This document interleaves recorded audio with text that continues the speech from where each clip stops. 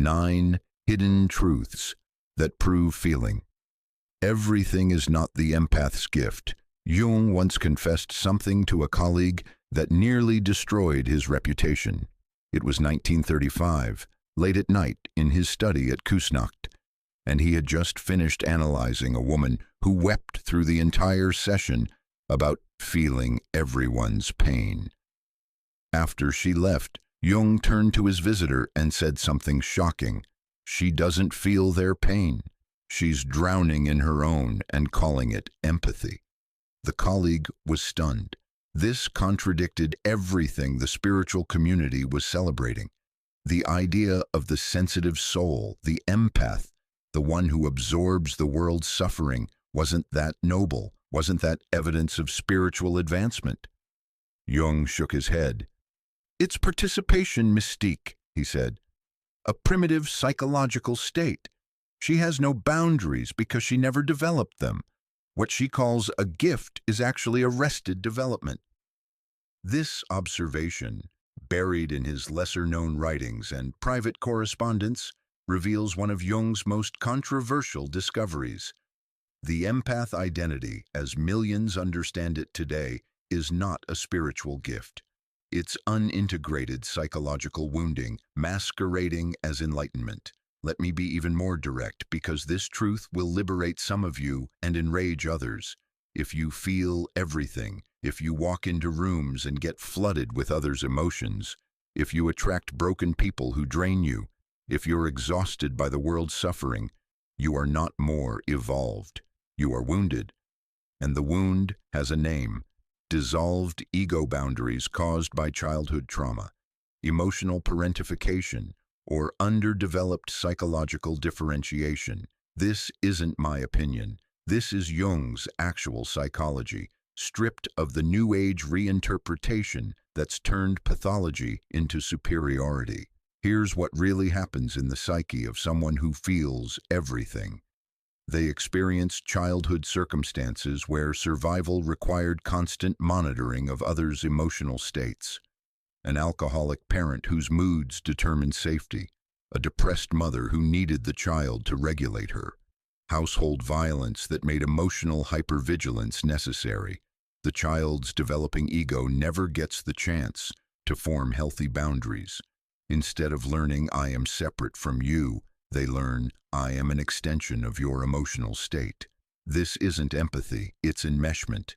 Empathy is conscious, chosen, boundaried. You can feel with someone while maintaining your center. You can witness suffering without absorbing it. You can offer presence without losing yourself.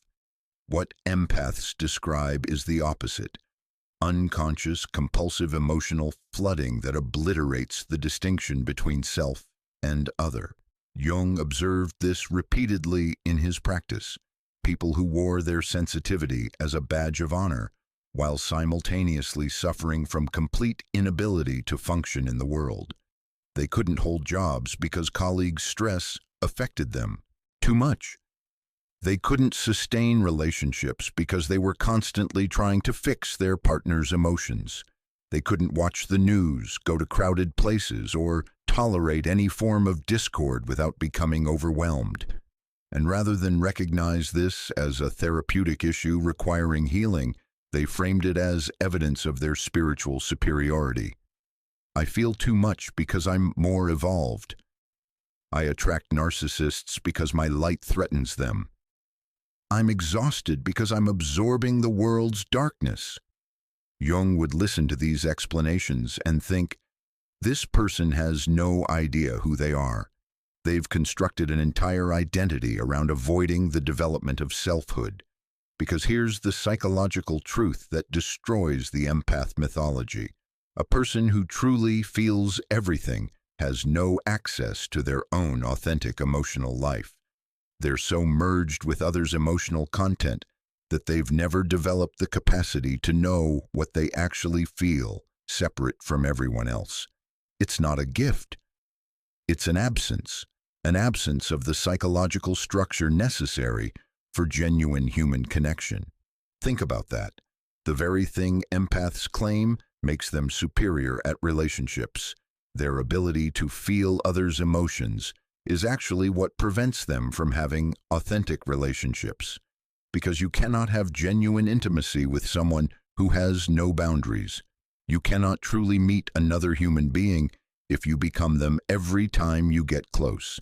Real connection requires two separate selves encountering each other, not fusion, not merging, not one person disappearing into another's emotional field. This is why Jung's approach to the empath patients in his practice was so controversial and so effective. He refused to validate their specialness. He refused to frame their sensitivity as spiritual advancement. Instead, he treated it as what it was, a developmental deficit requiring integration, and the resistance he encountered was fierce because the empath identity provides something psychologically precious. It transforms suffering into meaning. It gives moral superiority. It creates community. It explains dysfunction as destiny rather than choice. Letting go of that identity means confronting something far more painful. I'm not special. I'm wounded, and I've been avoiding the work of becoming whole by reframing my woundedness as wisdom. Over the next hour, I'm going to share with you 9 hidden truths that will systematically dismantle the empath mythology while providing you with the genuine path to healing. These truths come from Jung's actual writings, his case studies, his private confessions about his own boundary struggles, and the psychological principles he spent his life developing. Some of you will recognize yourself in every word and feel simultaneously devastated and liberated. Others will resist violently because this threatens an identity you've built your entire self-concept around. But if you can stay with this, if you can tolerate the discomfort of having your specialness stripped away, you will discover something infinitely more valuable on the other side: authentic empathic capacity that emerges from wholeness rather than woundedness, the ability to feel with others without losing yourself, the freedom of having a solid self that can meet the world with genuine presence rather than compulsive fusion. By the end of this exploration, you'll understand the difference between participation, mystique, and individuation, between enmeshment and empathy, between trauma response and spiritual sensitivity. You'll see why Jung believed that people who feel everything aren't evolved. They're stuck in a primitive psychological state that genuine development moves beyond, not toward. And you'll be given the tools to make a choice.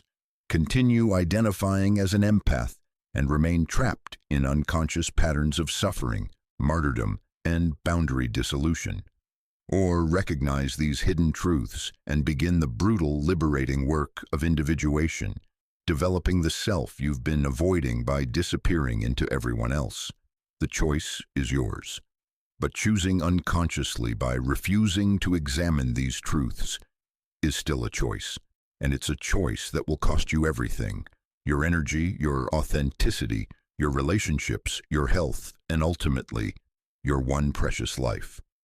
Jung put it simply: the meeting of two personalities is like the contact of two chemical substances. If there is any reaction, both are transformed. But you cannot be transformed by genuine meeting if you have no personality to bring to the contact, if you're just an empty space that shapeshifts to accommodate others' emotional content. Let's begin with the problem. There are currently millions of people walking around believing they're empaths. They've found online communities, read books that validate their experience, taken quizzes that confirm their identity, and constructed entire self-concepts around the idea that they feel too much. And every single one of them is trapped in a psychological prison that prevents the very thing they claim to value most: genuine human connection. Here's the core problem Jung identified, though he never used the word empath. The human psyche requires differentiation to function healthily. You must develop the capacity to know where you end and another person begins, to distinguish your emotions from their emotions, to maintain your center while in relationship. This isn't selfishness, it's prerequisite for authentic love. But millions of people never developed this capacity, and rather than recognizing it as a therapeutic issue, contemporary culture has romanticized it as spiritual advancement. The result is a generation of people suffering from what Jung called participation mystique, a term he borrowed from anthropologist Lucien Levy-Bruhl to describe the primitive psychological state where boundaries between self and other haven't yet formed. In indigenous cultures, Levy-Bruhl observed this as a collective phenomenon. Tribe members experienced themselves as literally continuous with nature, animals, and each other. No clear self-other distinction existed.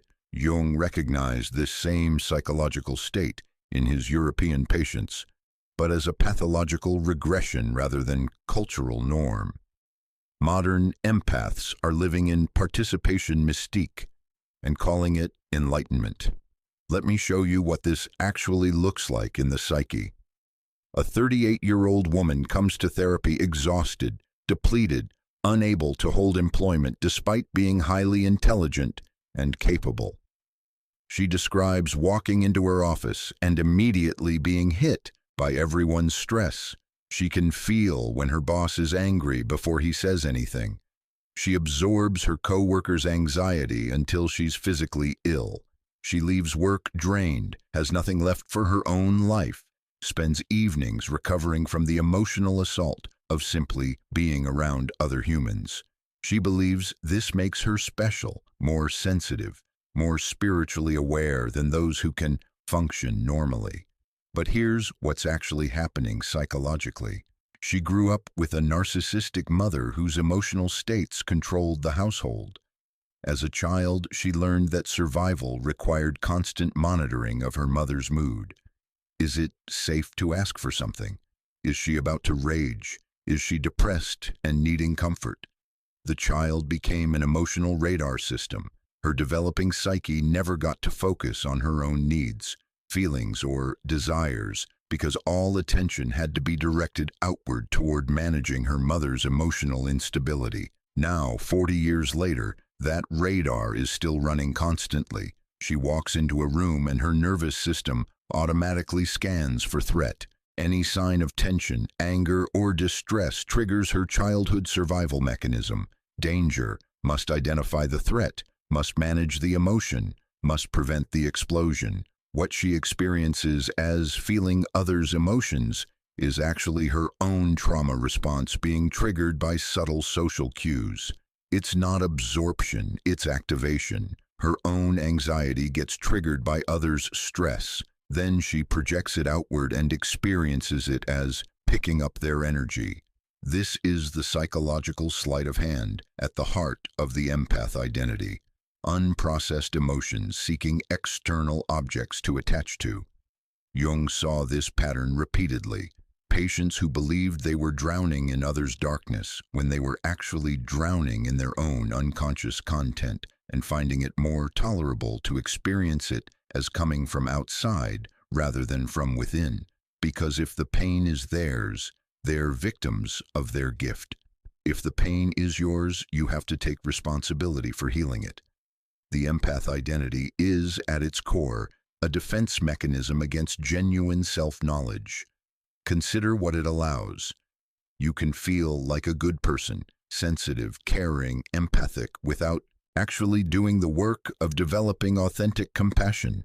You can explain your dysfunction, why you can't hold jobs, maintain boundaries, or build healthy relationships as evidence of your specialness rather than your wounding. You can maintain moral superiority.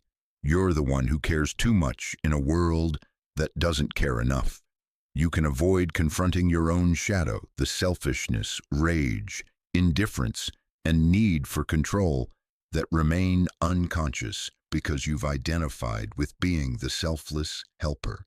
And most importantly, you can avoid the terrifying work of individuation, of developing a separate self, of becoming somebody rather than remaining a shape-shifting mirror of everyone around you. This is why Jung approached these patients with such uncompromising directness. He knew that validating the empath identity meant condemning them to a lifetime of suffering disguised as service. Instead, he forced them to confront the question they'd been avoiding. Who are you when you're not absorbed in someone else's emotional state? And the answer, devastatingly, was often, I have no idea. No sense of self, no core, no center, just a hollow space where a personality should be, filled temporarily by whoever's emotional content is nearest. Jung called this psychic inflation through identification with the archetype of the wounded healer, a mouthful that means you've confused yourself with an archetypal pattern and lost access to your actual humanity. The modern empath phenomenon is exactly this. Millions of people inflated into an archetype that allows them to avoid the much harder work of becoming an actual person. And the cultural moment is reinforcing it at every turn. Social media creates echo chambers where empaths validate each other's victimhood. You're not too sensitive, you're gifted. People who don't understand you are just less evolved. Protect your energy from the vampires. Books and courses promise to help you thrive as an empath, which really means remain identified with your wounding while learning superficial techniques that don't address the core issue. The spiritual community frames boundary dissolution as oneness consciousness and individuation as ego death, completely inverting Jung's actual teaching that ego development is prerequisite for genuine spiritual experience. Meanwhile, the actual therapeutic work that would liberate these individuals, trauma healing, boundary development, ego strengthening, shadow integration, is dismissed as too masculine or spiritually immature. The result is a growing population of people trapped in what Jung would recognize as a mass neurosis, collective participation mystique preventing individual psychological development. And the stakes couldn't be higher, because people who cannot differentiate self from other cannot have authentic, intimate relationships. They're constantly merging, rescuing, losing themselves. Pursue their own life's work. They're too busy managing everyone else's emotional content. Develop their unique gifts. They don't know what's uniquely theirs versus absorbed from others. Make clear decisions. Every choice is contaminated by others' projected needs and expectations. Experience genuine solitude. Being alone with yourself is terrifying when there's no developed self to keep you company. Tolerate healthy conflict. Any discord feels like existential threat because boundaries are dissolved. Age with dignity. Decades pass and they realize they've never lived their own life.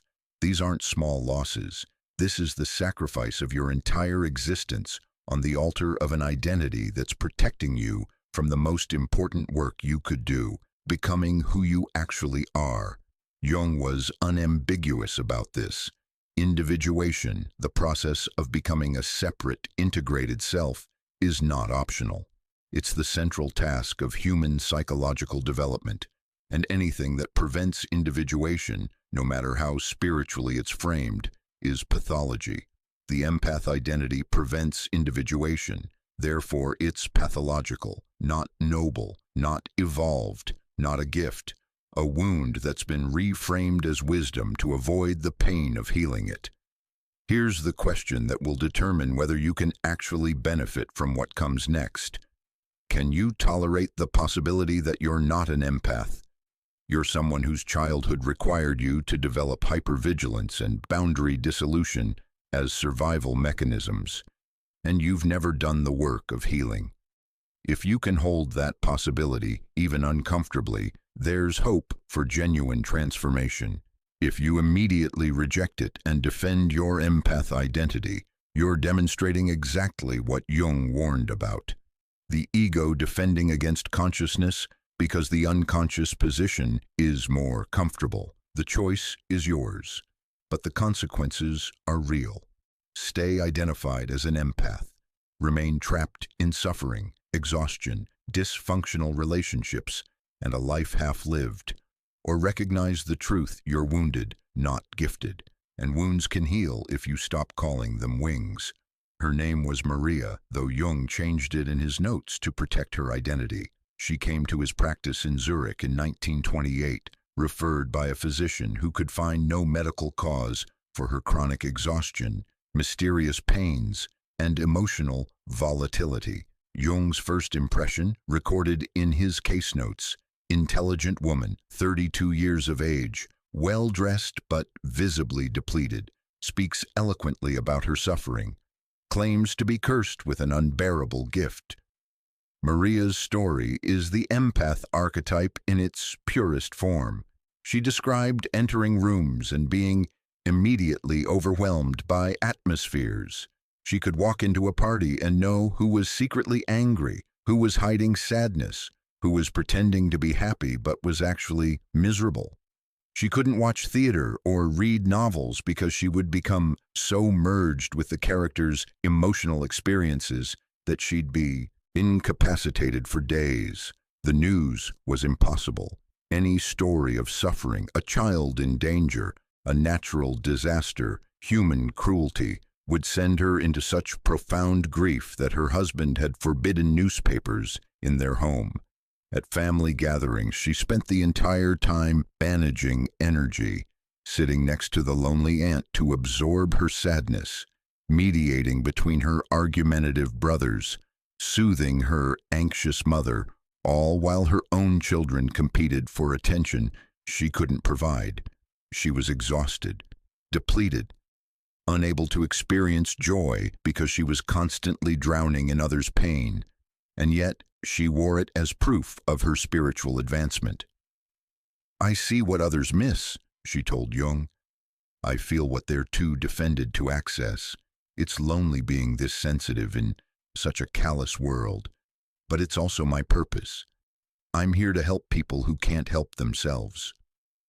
Jung let her talk for the entire first session without interruption. He wanted to hear the full mythology she'd constructed around her suffering. Then, in the second session, he asked a question that shattered her entire self-concept. "What do you feel, Maria? Not what you're picking up from your family, not what you're absorbing from the world. What do you, Maria, actually feel about your own life?" She stared at him, confused. "I just told you, I feel overwhelmed by everyone's—" "No," Jung interrupted. "Those are your reports about others' emotional states. I'm asking what you feel. Are you happy, sad, angry? What do you want from your life?" The silence that followed lasted nearly 2 minutes. Finally, Maria whispered, "I don't know." And she started to cry, not the dramatic weeping she'd described when absorbing others' pain, but a quiet, confused tears of someone confronting an abyss. "I don't know what I feel," she said. "I don't know what I want. I don't know who I am when I'm not—" She trailed off. "When you're not absorbed in everyone else's emotional content," Jung offered. She nodded, terrified. This was the beginning of Maria's actual therapeutic work. And it was brutal, because over the following months, Jung systematically dismantled every aspect of the empath identity she'd constructed to avoid confronting her actual history. He asked about her childhood. Initially, Maria described it as normal, though I was always more sensitive than my siblings. Jung pushed deeper. What were her parents like? How did they handle conflict? What happened when she was upset as a child? Slowly, reluctantly, the truth emerged. Maria's father was an alcoholic whose moods terrorized the household. The family never knew if he'd come home charming or violent. Every evening was a gamble. Maria's mother dealt with this by becoming emotionally numb, dissociating from her own fear and sadness. She functioned but was unavailable, a ghost in her own home. And Maria, the eldest child, became the emotional regulator for the entire family. She learned to read her father's mood, the moment he walked through the door. Safe or dangerous? Could she ask for help with homework, or should she hide in her room? Should she try to charm him into good humor or make herself invisible? She learned to manage her mother's dissociation by being relentlessly cheerful, never adding to her mother's burden, parenting her younger siblings so her mother wouldn't have to feel the overwhelm. She learned that her value came from maintaining emotional equilibrium for everyone else, that her own needs were secondary, or didn't exist at all. By age 7, Maria had no separate self. She was entirely constructed around the emotional management of her family system. This is called parentification, when a child is forced to become the emotional caretaker of their parents and household, abandoning their own developmental needs to maintain family stability. It's a form of trauma, and it produces adults who have no boundaries because they never got to develop them. Maria's empathic gift was actually a survival mechanism that had never been deactivated. 40 years after her childhood, she was still scanning every environment for emotional threat, still trying to manage everyone's emotional states to maintain safety, still abandoning her own needs to take care of others, not because she was spiritually advanced, because she was still living in survival mode from childhood trauma. Jung helped her see this pattern in excruciating detail. Every time she picked up someone's energy, it was actually her own childhood hypervigilance being triggered by social cues. Every time she absorbed someone's pain, it was actually her own unprocessed grief from a childhood where she wasn't allowed to have feelings because she was too busy managing everyone else's.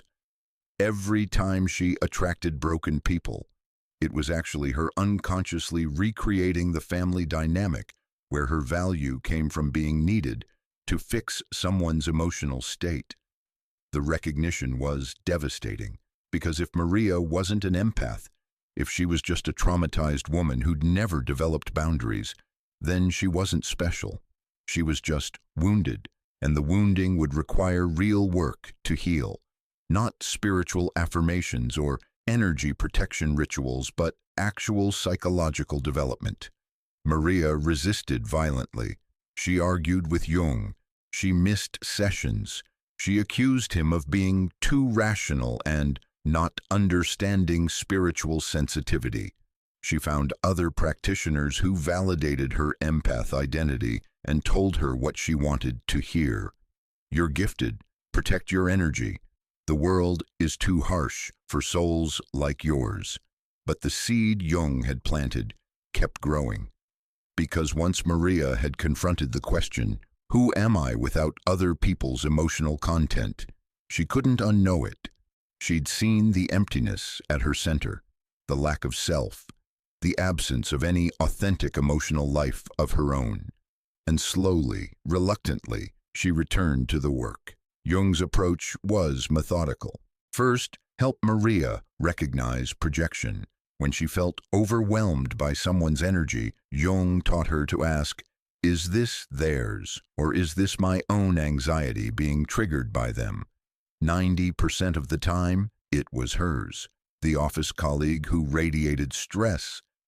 Maria was actually anxious about her own performance and projecting it onto him. The family gathering that drained her. She was actually angry about being treated as the family emotional janitor and suppressing her rage, then experiencing it as absorbing others' negativity. The news stories that devastated her. She was actually grieving her own lost childhood, but finding it safer to cry about distant strangers than confront her own pain. Second, Jung worked on boundary development. This was excruciating for Maria because setting boundaries felt like cruelty. Saying no felt like abandoning people. Disappointing others felt like failing at her only value. But Jung was relentless. You cannot have relationships with no boundaries. You can only have enmeshment, which is the absence of relationship. Maria practiced in small ways, not answering her mother's daily crisis calls, not volunteering to fix her sister's marital problems, not staying late at gatherings to make sure everyone else was okay. Each boundary violation she allowed herself to stop fixing triggered intense guilt, anxiety, and fear that she was becoming selfish or cold. Jung normalized this. Of course it feels wrong. You're dismantling a survival mechanism that's been running for 30 years. Your psyche thinks you're dying because you're finally developing a separate self. Third, shadow work. This was the deepest level. Jung helped Maria confront the parts of herself the empath identity had been defending against. Her profound selfishness. She wanted her own life, her own interests, her own time, but had never admitted it. Her rage. She was furious at everyone who'd used her empathy as an excuse to dump their emotional content on her. Her indifference. She didn't actually care about most people's problems and resented being treated as an emotional dumping ground. Her need for control, being empathic, allowed her to feel superior and needed, avoiding the terror of being ordinary. Integrating these shadow aspects was brutal because it meant acknowledging, I'm not this selfless, loving empath I've claimed to be. I'm a human being with selfish desires, rage, and a desperate need to be special, to compensate for feeling empty inside. The transformation took 2 years. 2 years of Maria facing the reality that she had no self. 2 years of building boundaries while her entire family and social circle called her selfish. 2 years of sitting with her own emotions instead of immediately seeking someone else's to manage. 2 years of discovering she had no idea what she actually wanted from her life because she'd never asked. But slowly, something emerged. Maria began to experience genuine emotions, not overwhelming floods of projected content, but clear, boundaried feelings that were distinctly hers. She got angry at her father for the first time in her life, not on behalf of her mother or siblings, angry for herself, for the childhood she'd lost. She grieved, deep, clean grief for the girl who'd never gotten to be a child, because she was too busy being the family emotional regulator, and eventually, she began to experience something she'd never felt before. Joy. Her own joy. Not borrowed happiness from making others comfortable, but authentic pleasure in her own existence. The woman who emerged from this work was unrecognizable from the depleted empath who'd first walked into Jung's office. She had boundaries. She could say no without guilt. She could witness others' suffering without absorbing it. She could be in conflict without falling apart. And most importantly, she had a self, a center, a sense of I am that wasn't dependent on who was in the room with her. Jung's final notes on Maria's case are telling, patient has successfully individuated beyond participation mystique, no longer identifies as empath or uses sensitivity as defense against selfhood, reports feeling lighter but also more solid, like I finally exist, has begun pursuing own artistic interests previously abandoned, marriage improving as she stops attempting to manage husband's emotional life, children responding positively to having a present mother rather than anxious caretaker. Most significantly, patient reports that she now experiences genuine empathy, can feel with others without losing herself. The compulsive merging has been replaced by conscious, boundaried compassion. This is authentic empathic capacity emerging from integrated selfhood, the opposite of where we began. Maria's case reveals everything Jung understood about the empath phenomenon. It's not a gift. It's unintegrated trauma presenting as spiritual advancement. It serves a defensive function, protecting the ego from having to confront the absence of self. It prevents genuine relationships by replacing connection with fusion, and it can be healed, but only by recognizing it as wounding rather than celebrating it as wisdom. The question for you is, can you see yourself in Maria's story? Can you recognize the pattern? Or are you, like Maria initially, too invested in the specialness of your empath identity, to consider that it might be the very thing preventing your liberation. Jung didn't have fMRI machines or polyvagal theory or attachment research, but modern science has validated every observation he made about boundary dissolution and trauma-based empathy. Let's bridge Jung's insights with contemporary neuroscience and psychology to understand exactly what's happening in the brain and nervous system of someone who feels everything. Dr. Bessel van der Kolk's decades of trauma research at the Trauma Center in Boston provides the first critical piece. Childhood developmental trauma, particularly emotional neglect and parentification, fundamentally alters brain structure and nervous system regulation. Children who grow up in environments requiring constant emotional vigilance develop hyperactive amygdalas, threat detection centers, and underdeveloped prefrontal cortexes, emotional regulation centers. Their brains literally wire differently.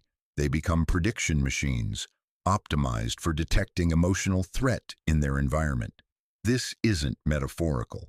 Van der Kolk's brain imaging studies show that adults with developmental trauma have measurably different neural activation patterns when exposed to social situations.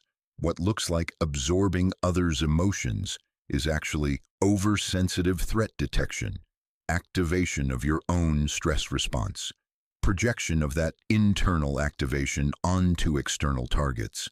You're not feeling their anxiety. You're feeling your own anxiety triggered by subtle social cues your trauma-wired brain interprets as threat. This explains why empaths are exhausted. They're in a constant state of autonomic nervous system activation, fight, flight, freeze, fawn, because their neurobiology is wired to perceive threat everywhere. Enter polyvagal theory developed by Dr. Stephen Porges, the vagus nerve, which connects your brain to your heart, lungs, digestive system, and other organs, has two branches. The ventral vagal, newest evolutionarily, activated in states of safety, allows for social engagement, connection, and regulation. The dorsal vagal, oldest evolutionarily, activated in states of threat, triggers shutdown, dissociation, and collapse. People with healthy attachment and boundaries can flexibly move between these states based on actual environmental conditions. But people with developmental trauma have dysregulated vagal systems. They're constantly oscillating between hyperarousal, feeling everything intensely, and hypoarousal, numbing out, dissociating. What empaths describe as absorbing energy is often this dysregulated oscillation. You enter a room, subtle social cues, someone's facial expression, tone of voice, body language. Your nervous system interprets these as threat cues based on childhood conditioning, dorsal vagal activation. You feel flooded, overwhelmed, need to escape, or you're with someone in distress. Your nervous system lacks the ventral vagal capacity to stay present and regulated. You merge with their emotional state, lose your center, experience their distress as your own. This isn't empathy. It's nervous system dysregulation. Genuine empathy from a polyvagal perspective requires ventral vagal activation. You're regulated enough to stay present with another's distress without becoming dysregulated yourself. That's compassion. That's authentic empathic capacity. What empaths experience is the opposite. Immediate dysregulation in response to others' emotional states, because they lack the neurobiological capacity for boundaried presence. Now add attachment theory, pioneered by John Bowlby and Mary Ainsworth, and expanded by researchers like Alan Shore and Pat Ogden. Secure attachment creates children who develop clear self-other differentiation. They learn, I am separate from my caregiver. I can have my own feelings while they have theirs. I can tolerate their temporary absence without losing my sense of self. But children with enmeshed attachment, typically with anxious, depressed, or narcissistic parents, never develop this differentiation. They learn, I am responsible for my caregiver's emotional state. My value comes from regulating them. If they're upset, I'm in danger. I must constantly monitor and manage their emotions to survive. These children become adults who literally don't know where they end and others begin. Researchers studying enmeshed attachment using neuroimaging have found something stunning. When shown images of their parent in distress, enmeshed adults show brain activation patterns identical to when they're shown images of themselves in distress. Their brain cannot distinguish self from other. At a neural level, other people's emotions are experienced as their own, not because they're absorbing them, but because the neural circuitry for self-other distinction never properly formed. This is participation mystique at the neurological level, and it's pathology, not gift. Dr. Elaine Aron's research on highly sensitive people, HSPs, is often cited by the empath community as validation, but Aron's actual findings are far more nuanced. True sensory processing sensitivity, the trait Aron identified, occurs in about 15–20% of the population and is characterized by heightened awareness of subtle stimuli, sounds, lights, textures, deeper processing of information, higher emotional and physiological reactivity to stimuli, easier overwhelm in highly stimulating environments. Notice what's not included: absorbing others' emotions, losing sense of self, compulsive caretaking, or inability to maintain boundaries. Aron herself has emphasized that being an HSP is not the same as having poor boundaries or being codependent. Many empaths are actually trauma survivors with boundary dissolution who've latched onto the HSP label because it medicalizes their symptoms and makes them feel special rather than wounded. True HSPs with secure attachment can be highly sensitive to stimuli while maintaining clear boundaries and strong sense of self. The confusion arises because trauma-based hypervigilance and genuine sensory sensitivity can look similar superficially, but they're completely different phenomena with different causes and different treatments. Speaking of codependency, this is where the research gets uncomfortably precise. Codependency, as defined by researchers like Pia Melody and Beatty Janaean, is characterized by lack of clear boundaries between self and others, taking responsibility for others' feelings and problems, difficulty identifying and expressing own needs and feelings, compulsive need to fix, rescue, or control others, deriving self-worth from being needed, self-abandonment in relationships, attraction to people who need fixing. Read that list again. It's the exact profile of what people describe as being an empath. The empath identity is codependency rebranded as spiritual gift. Clinical research by Beatty and others shows that codependency always emerges from childhood dysfunction, typically having an addicted, mentally ill, or narcissistic parent who couldn't provide appropriate boundaries and required the child to meet the parent's emotional needs. Sound familiar? It's Maria's story. It's the childhood history of nearly every self-identified empath. The codependency literature is clear. This pattern doesn't make you more loving or more evolved.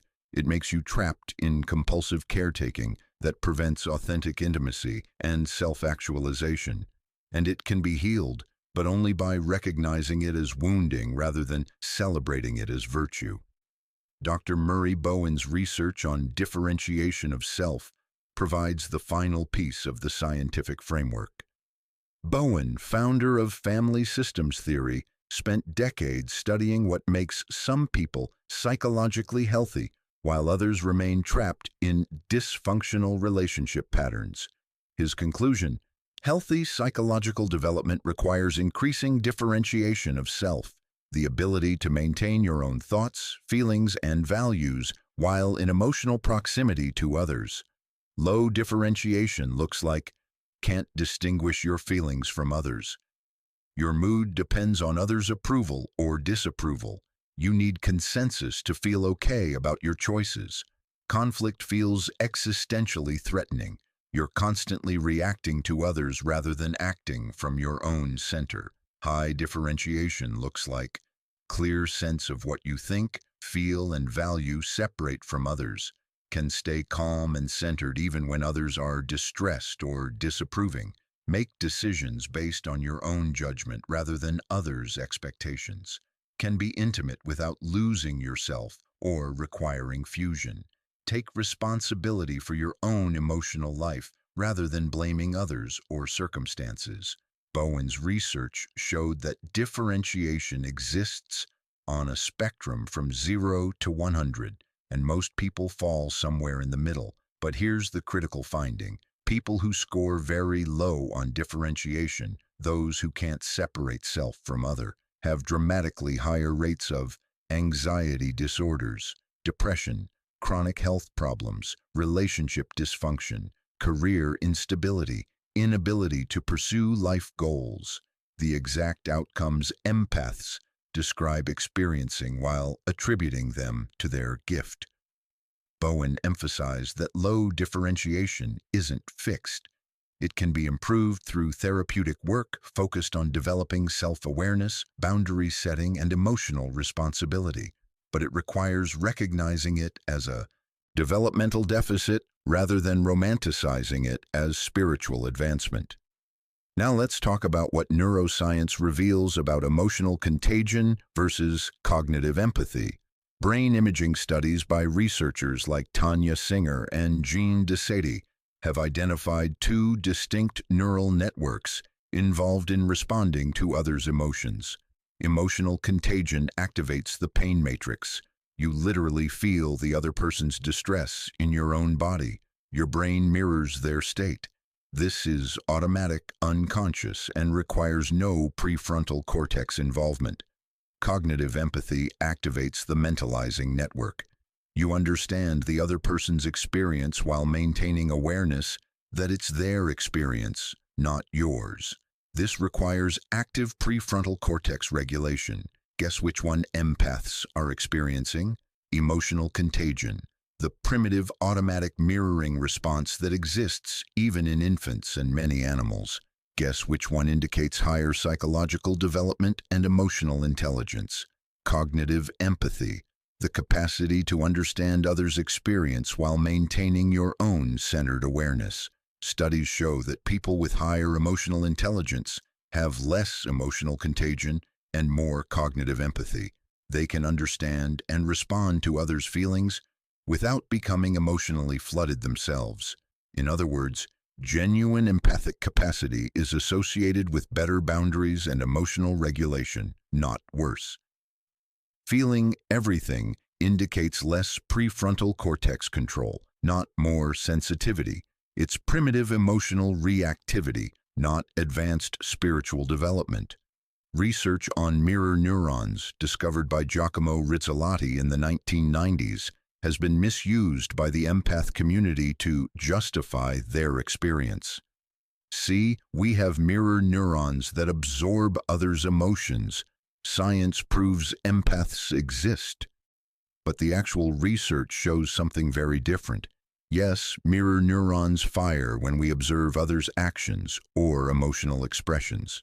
This is the neurological basis for empathy and learning. But in healthy individuals, this mirroring is modulated by prefrontal cortex regulation. You register the other person's state without being overwhelmed by it. Studies of people with trauma and poor boundaries show hyperactive mirror neuron systems combined with underactive regulatory systems. They're experiencing unmodulated mirroring.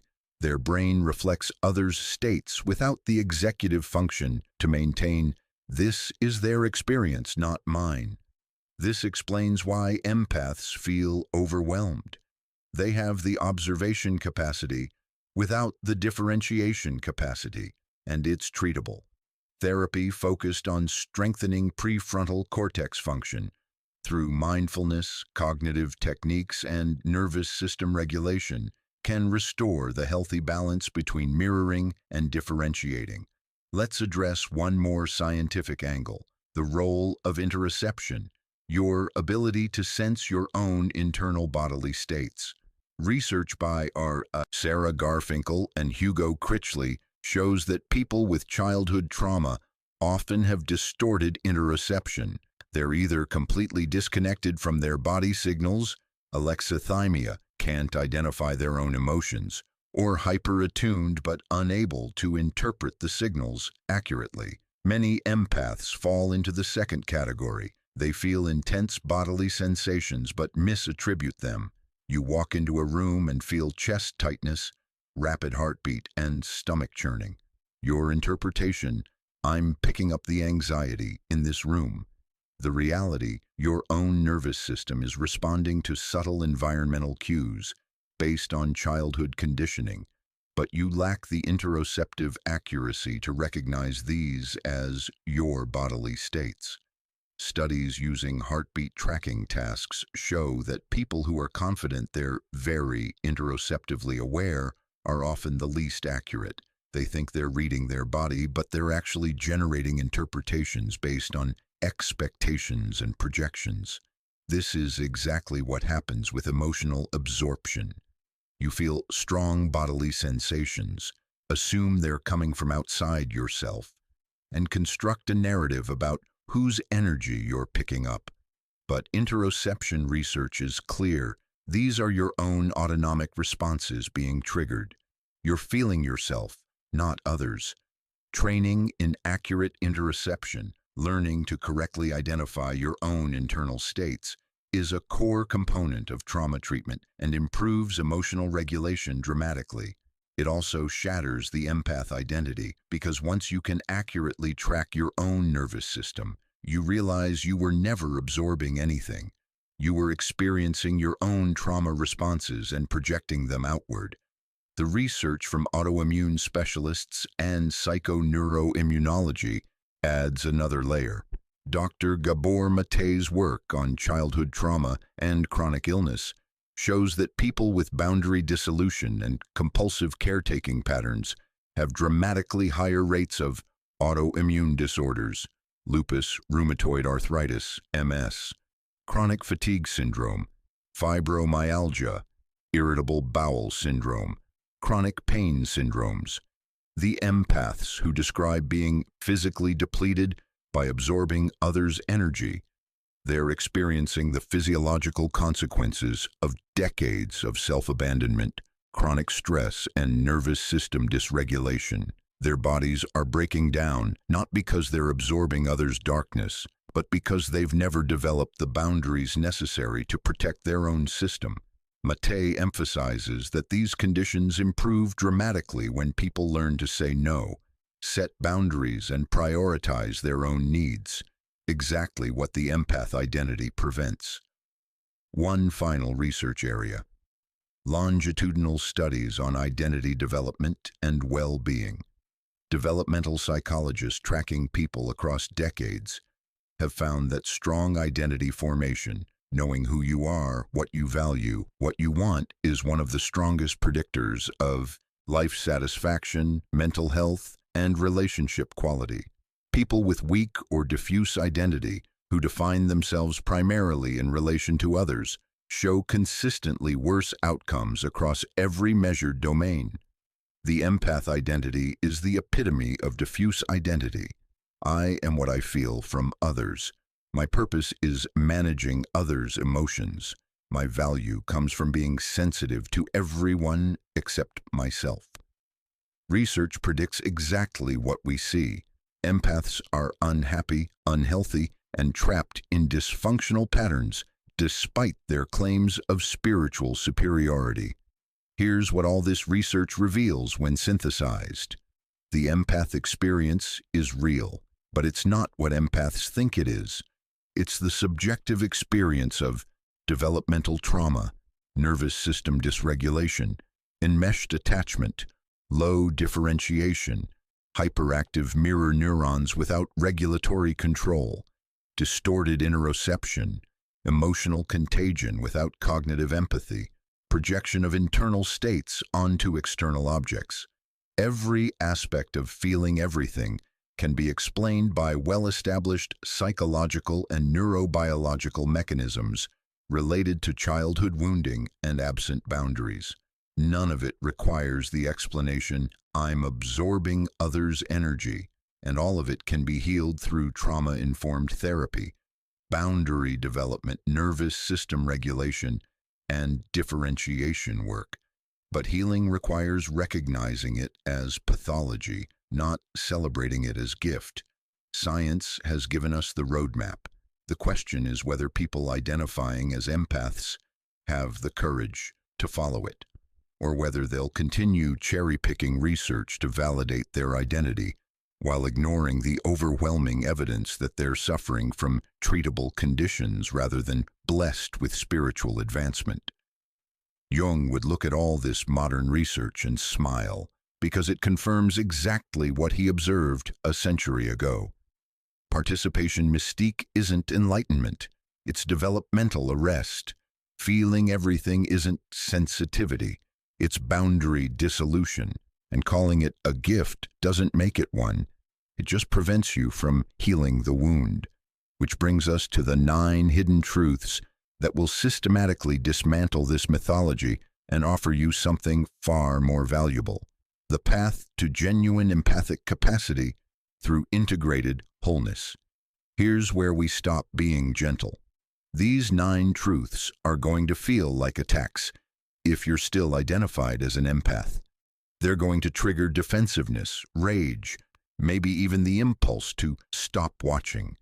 But if you can stay with the discomfort, if you can hear these truths without immediately defending against them, they will liberate you from a prison you didn't even know you were in. Let's begin. The foundational myth of empath identity. I feel others' emotions as if they're my own. I absorb their energy. I pick up on what they're feeling before they even express it. Here's Jung's psychological truth. Projection is the mechanism by which unconscious content appears to exist outside yourself. When you have unprocessed emotions, grief, rage, fear, shame, that you cannot consciously acknowledge or integrate, your psyche projects them outward onto other people and experiences. You then experience these emotions as coming from them rather than from your own unconscious. This isn't metaphysical, it's basic depth psychology. Think about it. Why do you only feel certain emotions from others? Why is it always pain, anxiety, anger, sadness, the emotions that are socially acceptable to feel on others' behalf, but not your own? When was the last time you absorbed someone's contentment, their self-satisfaction, their healthy indifference? You don't, because those aren't threatening to your ego. What you absorb is always the emotional content you cannot own in yourself, the anxiety you're not acknowledging about your own life, the grief you've never processed from your own losses, the rage you're terrified to feel toward your own family or circumstances, the shame you carry about your own perceived inadequacies. These emotions need an object. Your unconscious seeks external targets to project them onto so you can feel them without taking responsibility for them. You walk into a room and immediately feel anxious energy. But what if that's your anxiety about social situations being activated by environmental cues, then projected outward and experienced as the room's energy? You're with a friend and suddenly feel overwhelmed by their sadness. But what if that's your unprocessed grief being triggered by their presence, then attributed to them so you don't have to own it? You watch the news and feel devastated by the world's suffering. But what if that's your despair about your own life being projected onto distant tragedies because that feels more noble than admitting, "I'm desperately unhappy with my own existence"? Jung was explicit about this mechanism. Everything that irritates us about others can lead us to an understanding of ourselves. Translation: whatever you experience as coming from others is showing you what's unintegrated within yourself.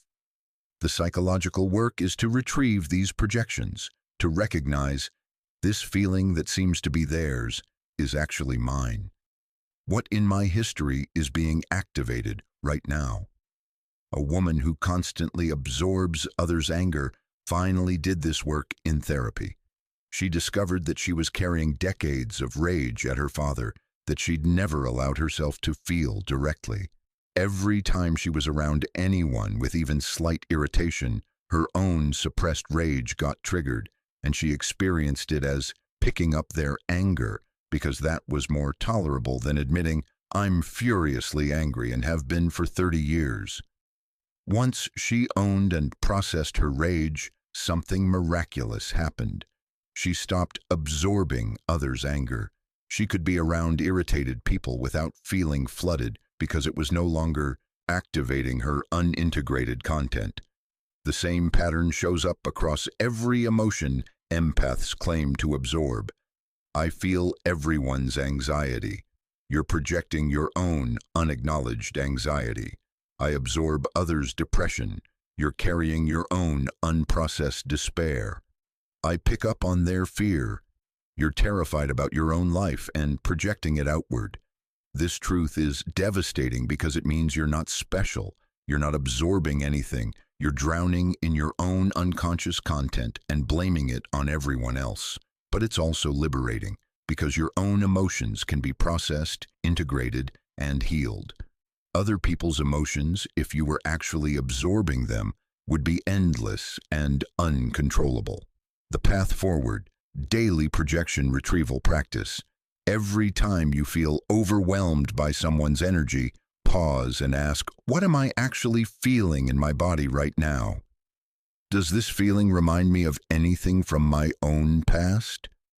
What in my life might I be avoiding by focusing on their emotional state? If this were completely my emotion, what would it be telling me about my own experience? This practice is brutal at first, because you have to confront that you've been fleeing your own emotional life by obsessing over everyone else's. But over time, you'll discover something extraordinary.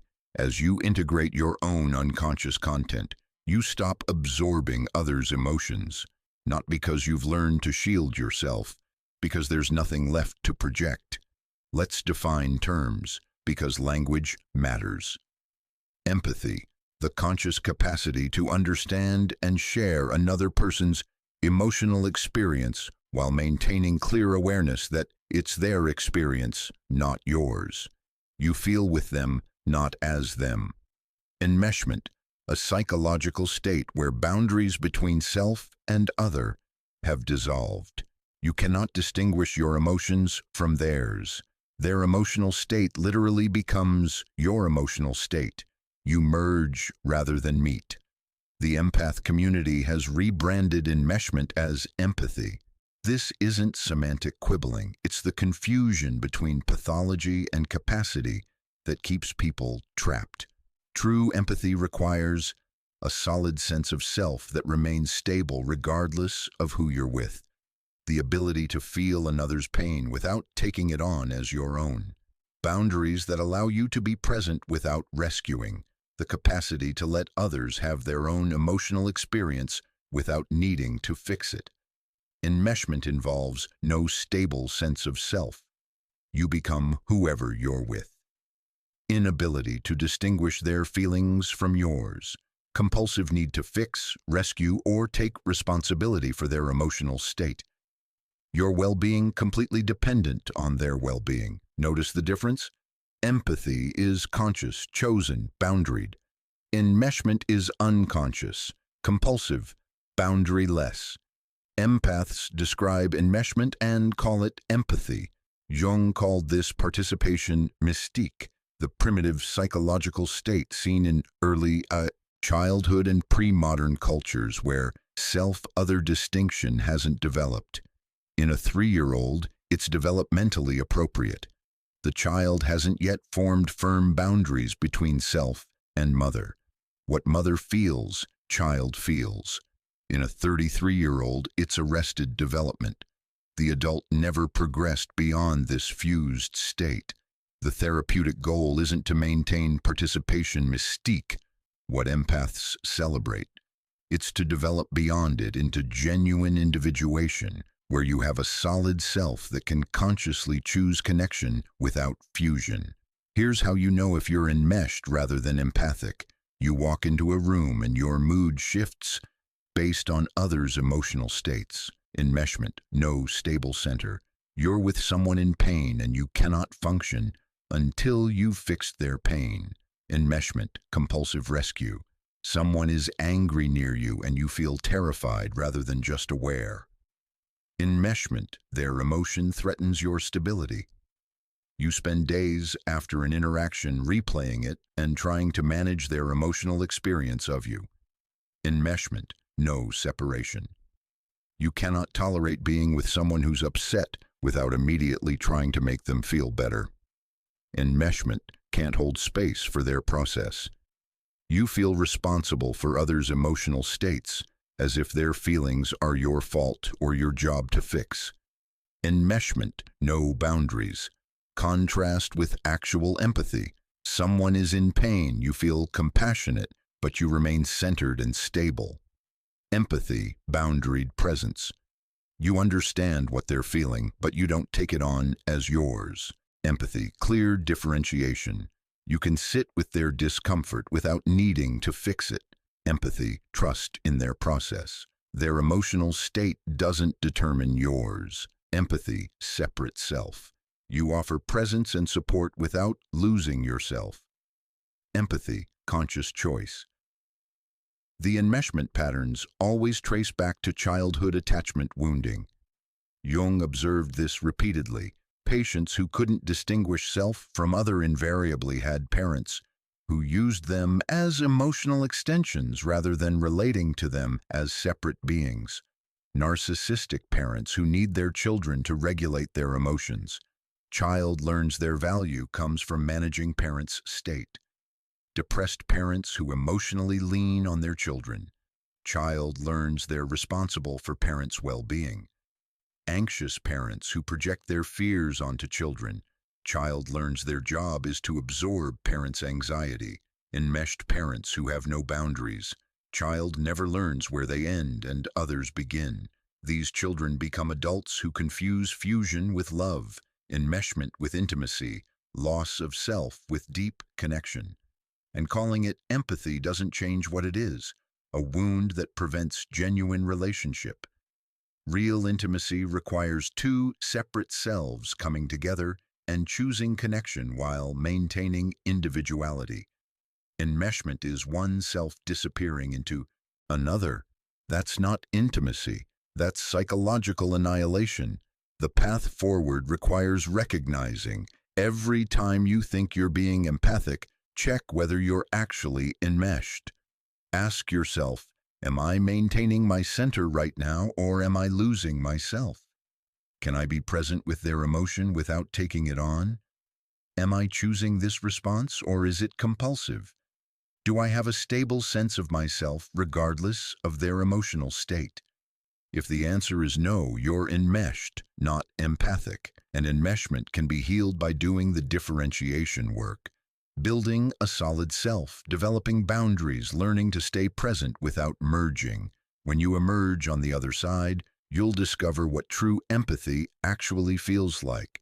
And it's nothing like the overwhelming fusion you've been calling a gift. Here's what empaths typically describe. I walk into crowded places and feel completely overwhelmed. I can't watch violent or sad content without being emotionally destroyed for days. Other people's emotions hit me like a tidal wave. I need hours of alone time to recover from social interaction. I feel like I'm being assaulted by energy everywhere I go. The empath interpretation. I'm so spiritually sensitive that I'm picking up on all the frequencies others miss. The world is too harsh for souls like mine.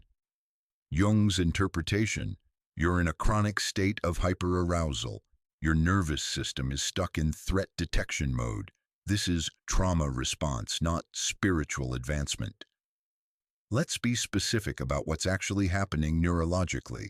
Your amygdala, threat detection center, is hyperactive from childhood trauma. It's constantly scanning for danger because danger was real and unpredictable in your developmental years. Your prefrontal cortex, regulation center, is underdeveloped because you never got the co-regulation necessary to build that capacity. Your nervous system doesn't know how to self-soothe or modulate intensity. Your autonomic nervous system is dysregulated, stuck oscillating between sympathetic activation, fight-flight, and dorsal vagal shutdown, collapse dissociate. When you enter stimulating environments, your trauma-wired nervous system interprets neutral stimuli as threats. Crowd noise sounds like parental fighting. Amygdala activation, overwhelm. Strangers' facial expression reminds you of father's angry face. Freeze response, need to escape. Someone's raised voice triggers memory of household chaos. Dorsal vagal shutdown, emotional flooding. This isn't sensitivity, this is PTSD. Specifically, it's complex PTSD, the result of chronic developmental trauma rather than single incidents. Dr. Pete Walker, who specializes in CPTSD, describes emotional flashbacks. You're triggered into childhood emotional states without realizing it.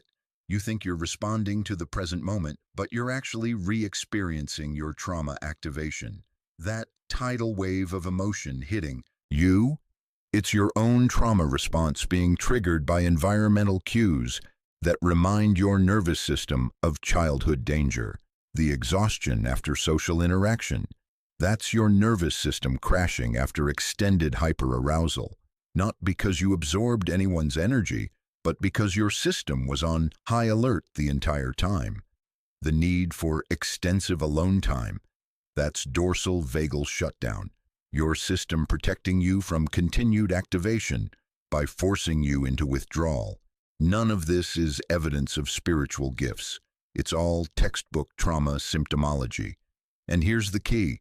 Truly sensitive people without trauma don't experience this overwhelm. People with secure attachment and healthy nervous system regulation can be highly attuned to subtle social cues while remaining calm and centered. They notice nuance. They read between the lines. They pick up on unspoken dynamics, but they don't get flooded. They don't need to escape. They don't get depleted. Because sensitivity without trauma is just enhanced perception. It's valuable and manageable. Sensitivity with trauma is hypervigilance. It's exhausting and destabilizing. The empath community conflates these two completely different phenomena.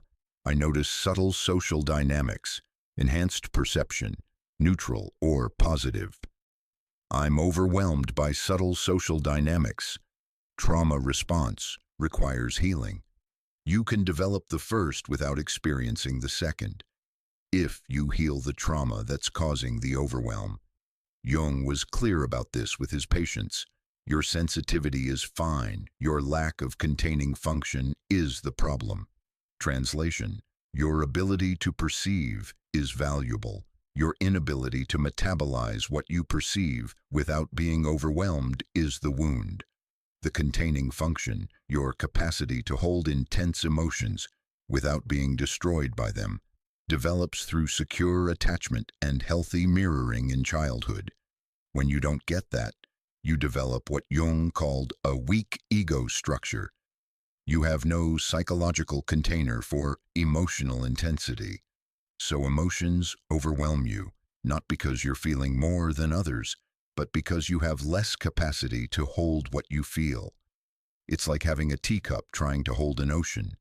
The problem isn't the ocean, it's the size of your container. Healing this requires trauma processing, working through childhood experiences that created the hypervigilance, EMDR, somatic therapy, IFS, modalities that address the stored trauma in your nervous system. Nervous system regulation, learning to shift out of chronic activation into states of safety and calm. Polyvagal exercises, breathwork, body-based practices, building containing function, developing the capacity to feel intense emotions without being destroyed. This comes through therapy, particularly Jungian analysis or other depth approaches, distinguishing past from present, recognizing when you're in an emotional flashback versus actually responding to current reality. One woman's did this work and reported, "I'm still highly perceptive. I still notice subtle emotional dynamics others miss, but now I can observe them without being flooded. I have a container. The sensitivity remained. The overwhelm disappeared." That's the difference between genuine sensitivity and trauma-based reactivity. The empath identity prevents this healing by reframing trauma symptoms as spiritual gifts that should be protected and celebrated, rather than symptoms that should be processed and integrated. This is the deepest cut. Stay with me. Every human being has a shadow, the parts of yourself you cannot accept and therefore repress into unconsciousness.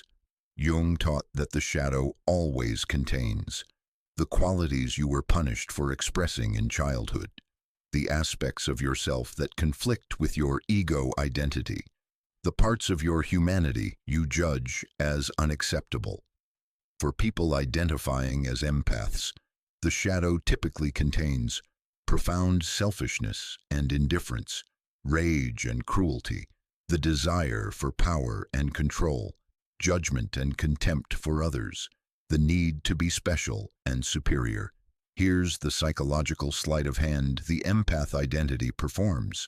By identifying as someone who feels others' darkness, you get to have contact with shadow material, darkness, pain, rage, dysfunction, while maintaining that it's not yours. You're feeling their rage, their pain, their shadow, not your own. This allows you to experience shadow content without having to own it. Feel morally superior because you're the sensitive one bearing witness to others' unconsciousness. Avoid the brutal work of confronting your own disowned darkness. It's a brilliant defense mechanism. Jung would have recognized it immediately. The inflation comes from identifying with the archetype of the wounded healer or light bearer. I see the darkness others deny. I feel the pain people hide. I'm burdened with awareness the unconscious masses avoid. This creates a sense of specialness that compensates for the emptiness at your core. But here's what's really happening psychologically. Every time you claim to be absorbing someone's anger, you're avoiding your own rage. Every time you pick up on someone's sadness, you're fleeing your own grief. Every time you feel someone's darkness, you're projecting your own shadow outward. The people who are most identified with being light bearers, sensitives, or empaths are often carrying the most unintegrated shadow material, because the empath identity is specifically constructed to defend against shadow awareness. Think about it. What could be a better defense against confronting your own selfishness than identifying as someone who cares too much? What could be a better defense against your own rage than believing you're absorbing everyone else's anger? What could be a better defense against your own need for control than framing yourself as a victim of others' energy? Jung warned about this pattern repeatedly. One does not become enlightened by imagining figures of light, but by making the darkness conscious. Translation: you don't evolve by identifying with sensitivity and light.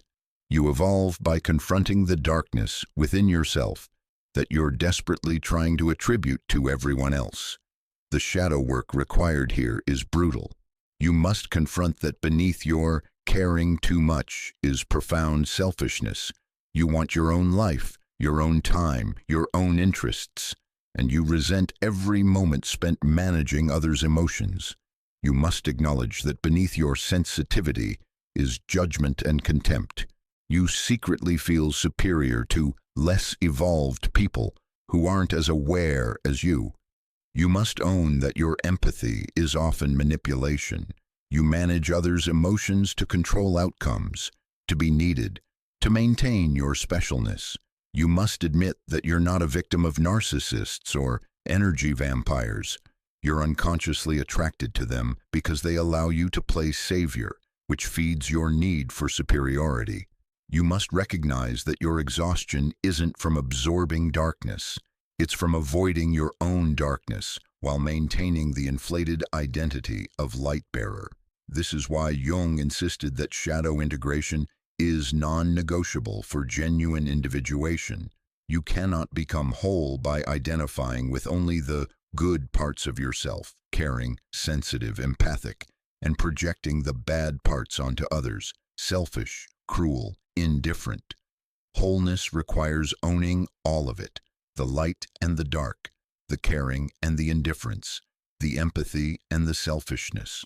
One man did this work and had a breakthrough. I realized I don't actually care about most people's problems.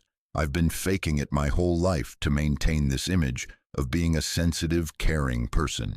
The truth is, I'm actually quite selfish and judgmental, and admitting that was the most liberating thing I've ever done, because now I can choose when to genuinely help rather than compulsively performing empathy to prove I'm a good person. That's integration. That's wholeness. The path forward requires asking uncomfortable questions. What does identifying as an empath allow me to avoid seeing about myself? What shadow qualities am I projecting onto others while maintaining I'm sensitive to their darkness? How does my empath identity make me feel special or superior? What would I have to confront about myself if I couldn't blame my emotional state on absorbing others' energy? These questions will lead you directly into your shadow, and your ego will resist violently because the empath identity is defending against precisely this encounter. But Jung promised, on the other side of shadow integration is genuine empathic capacity, not the compulsive boundary-less fusion you've been living, but conscious, chosen compassion that emerges from owning your full humanity. Light and dark, caring and indifferent, generous and selfish. That's authentic empathy. Everything else is just shadow defense. This is the truth that will enrage you if you're still clinging to empath identity, because the entire appeal of identifying as an empath is that it makes you special. Most people are so defended and unconscious, but I feel everything. I'm more evolved. Jung would say, no, you're more wounded. Boundary dissolution is not an evolutionary advantage. It's a developmental deficit. Every human being must develop psychological boundaries to function healthily in the world. This isn't optional. It's a developmental milestone like learning to walk or talk. Boundaries allow you to know where you end and others begin. Have your own thoughts, feelings, and desires separate from others. Say no without guilt. Tolerate others' disappointment without falling apart. Maintain your center in relationships. Protect your energy and well-being. Take responsibility for your own emotional life while letting others handle theirs. People with healthy boundaries aren't cold or less feeling. They're integrated. They can be deeply connected while maintaining their selfhood. They can feel compassion without compulsion. They can help when it's appropriate without sacrificing themselves. People without boundaries, empaths, can do none of this. You cannot say no. You cannot tolerate others being upset with you. You cannot maintain your center. You cannot distinguish your feelings from theirs. This isn't spiritual advancement. This is what happens when childhood circumstances prevent normal psychological development. The hard truth: millions of people are walking around with 3-year-old boundary development while claiming it makes them superior. A 3-year-old doesn't have clear boundaries. They experience themselves as merged with their primary caregiver. They can't distinguish their emotions from mom's emotions. This is developmentally appropriate at 3. It's pathological at 33. Healthy development looks like progressive differentiation. At 1 year, no self-other boundary. You are mom. At 3 years, beginning boundary formation. You're separate but easily merged. At 7 years, Clearer boundaries. You have your own feelings, thoughts, preferences. At adolescence, strong boundary formation. I am not you. I'm discovering who I am. At young adulthood, mature boundaries. I'm separate and I can connect with you while maintaining myself. Trauma interrupts this developmental progression. You get stuck at whatever stage the trauma was occurring. If you had to manage your parents' emotions from age 5 onward, your boundary development arrested at age 5. You're now 40 with 5-year-old boundaries, and calling it a spiritual gift. The empath community reframes this developmental arrest as evolutionary advancement. I haven't lost boundaries. I've transcended them. I'm not underdeveloped. I'm highly developed in ways most people can't understand. My sensitivity isn't a deficit. It's a gift the world isn't ready for. Jung would recognize all of this as inflation, psychological identification with an archetype that prevents you from doing the actual development work. Because here's the uncomfortable reality. Advanced spiritual teachers, genuinely evolved humans, and psychologically mature individuals all have strong boundaries. The Dalai Lama has boundaries. He doesn't absorb everyone's suffering. He witnesses it with compassion while maintaining his center. Nelson Mandela had boundaries. He didn't take on others' hatred. He responded to it from a solid, differentiated self. Fred Rogers had boundaries. His empathy was conscious and chosen, not compulsive and overwhelming. Genuinely compassionate, spiritually mature people are boundaried. This is non-negotiable. Boundary dissolution isn't the next level of evolution. It's the failure to complete basic psychological development, and calling it special doesn't change that fact. The path forward requires grieving the specialness. You have to mourn the identity that's been protecting you from ordinariness, the belief that your suffering means something, the conviction that your sensitivity makes you superior. You're not special, you're wounded, and that's okay.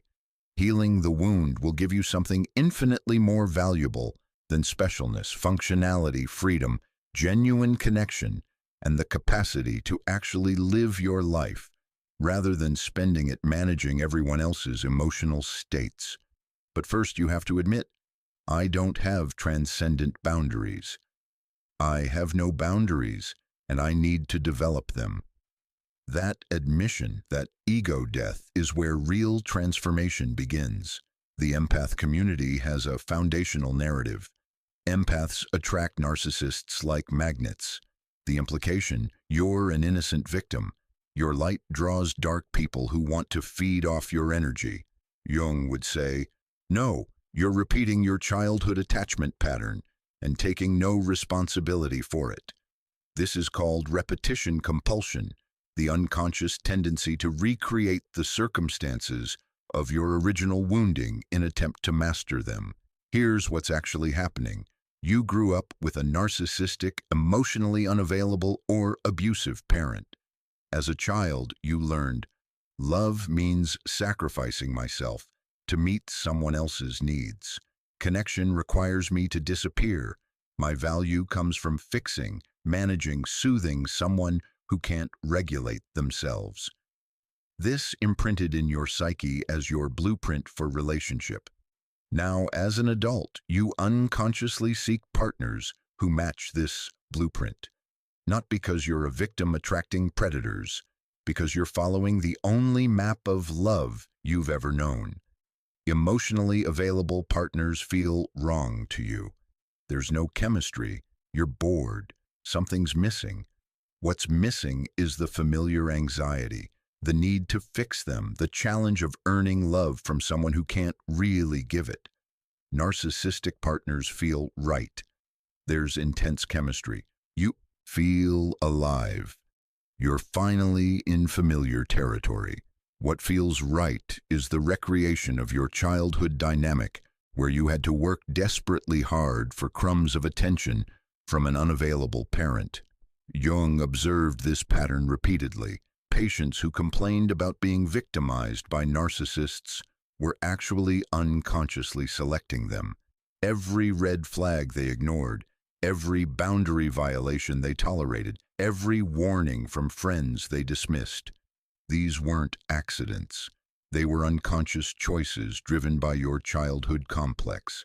A complex, in Jungian terms, is an autonomous pattern of thoughts, feelings, and behaviors organized around a core wound. Your complex says, "Love looks like this. I sacrifice everything. They give nothing. I work desperately hard to earn scraps of affection. I'm never quite enough." And your psyche will find people who can play the other role in this script. You walk into a room of 100 people, and you'll unconsciously lock onto the one narcissist. Not because they're seeking you out, because you're seeking them out. They match your imprint of what love feels like. The empath narrative makes you a helpless victim. They target me because I'm so empathic and they're energy vampires. The Jungian truth makes you responsible. I'm unconsciously attracted to them because they allow me to reenact my childhood wound while avoiding the terror of actual intimacy with a healthy partner. This is harder to accept, but it's infinitely more empowering because you can't control who targets you. But you can become conscious of your own patterns and make different choices. Let's be specific about how this works. Early in relationship, you meet someone emotionally unavailable. Red flags appear immediately. Your rational mind notices. They're inconsistent. They don't follow through. They seem self-absorbed. But your complex activates. This feeling of anxiety and uncertainty means chemistry. This challenge of winning them over means love. You override your rational assessment and pursue them. Middle of relationship. They're clearly narcissistic, gaslighting, manipulation, using you for emotional regulation while giving nothing back. Your rational mind is screaming, "This is abuse, you need to leave." But your complex says, "If I just love them enough, sacrifice enough, understand them deeply enough, I can heal them, and then they'll finally love me the way I need." You stay because leaving would mean confronting that you can't fix someone else's wounding, and your entire identity is built on being the one who can. End of relationship. It finally ends, usually because they discard you or you're completely depleted. The empath interpretation: I'm too good for them, my light threatened them, I'm a victim of a narcissist. The Jungian interpretation: I selected them, I ignored every warning sign, I chose them because they matched my childhood blueprint, and I'll do it again unless I become conscious of this pattern. The key insight: you're not attracting narcissists, you're selecting them. And you're selecting them because they're familiar. They recreate your childhood experience of trying to earn love from an unavailable parent. They protect you from intimacy. With a narcissist, you never have to risk being truly seen because the relationship is all about them. They allow you to avoid your own healing. You can focus on fixing them instead of confronting your own wounds. They maintain your victim identity. You can be the suffering empath rather than taking responsibility for your own choices. They feed your savior complex. You get to be the noble one trying to love someone broken. Every one of these functions is served by unconsciously selecting narcissistic partners. Jung would say, you're not a victim of narcissists. You're complicit with them in maintaining your unconsciousness. One woman finally got this in therapy. Oh my God, every man I've dated has been narcissistic, and I've told myself it's because I'm such a magnet for broken people. But the truth is, I run from men who are actually available. They bore me. They feel wrong. I've been actively seeking out unavailable men because that's the only dynamic I know how to navigate. That recognition is the beginning of breaking the pattern. The path forward requires: own your selection process. Stop saying, "I attract narcissists," and start saying, "I choose narcissists." The language shift matters. It returns agency to you. Investigate your complex. What childhood experience imprinted this relationship template? What did love look like in your family? How did you have to be to get attention? Recognize the payoffs. What does selecting narcissistic partners allow you to avoid? Genuine intimacy, your own healing, being seen, taking responsibility for your happiness. Feel the unfamiliar. When you meet someone healthy and available, you'll feel bored or anxious. That's your complex saying, "This isn't love because it's not painful." You have to consciously override this and let healthy feel unfamiliar until it becomes familiar. Grieve the fantasy. You have to mourn the childhood dream that if you just love the unavailable person perfectly enough, they'll finally become available. It's a fantasy. It will never happen. Grieving it is excruciating but necessary. Develop a self. As long as you have no solid identity, you'll seek people who need you to sacrifice yourself. When you develop a self worth maintaining, you'll stop tolerating people who require its obliteration. This work is harder than staying in victim consciousness. It requires looking at every failed relationship and asking, how did I contribute to this? What was I getting out of staying? What pattern was I repeating? But Jung promised, when you make the unconscious conscious, you break the repetition compulsion. You stop attracting narcissists not by protecting your energy or raising your vibration, but by healing your own wounding so the narcissistic dynamic no longer feels like love. Truth 7. Energy vampires don't exist, but your lack of selfhood. Does the empath vocabulary is full of references to energy vampires, people who drain your life force, feed off your light, and leave you depleted. This mythology serves an important psychological function. It makes your exhaustion someone else's fault. Jung would reframe it completely. You're not being drained by others. You're exhausting yourself through constant self-abandonment. Here's what actually happens. You're with someone who's talking about their problems, expressing their feelings, or simply existing in their own emotional reality. You immediately abandon yourself, your needs, your feelings, your center, and pour all your attention into them. You shapeshift to accommodate their emotional state. You suppress anything in yourself that might conflict with what they need from you. You become whatever you think will help, fix, just soothe them. After this interaction, you're exhausted. The empath interpretation. They drained my energy. They're an energy vampire. The psychological reality. I drained my own energy by abandoning myself for the duration of our interaction. No one can take your energy, but you can give it away through self-abandonment. Let's be specific about the mechanics. You're talking with a friend who's upset. Immediately, your entire system reorganizes around their emotional state, your thoughts. What can I say to make them feel better? Your feelings, suppressed so you can focus entirely on theirs. Your body, tense with the responsibility of managing their experience. Your energy, directed completely outward toward them. This is exhausting, not because they're taking anything, but because you're abandoning everything that is you. After an hour of existing only as a mirror, fixer, absorber of their experience, you're depleted. You have nothing left because you gave everything away, not to them, but away from yourself. People with solid selfhood don't experience this depletion. They can be with someone in distress while maintaining their own center.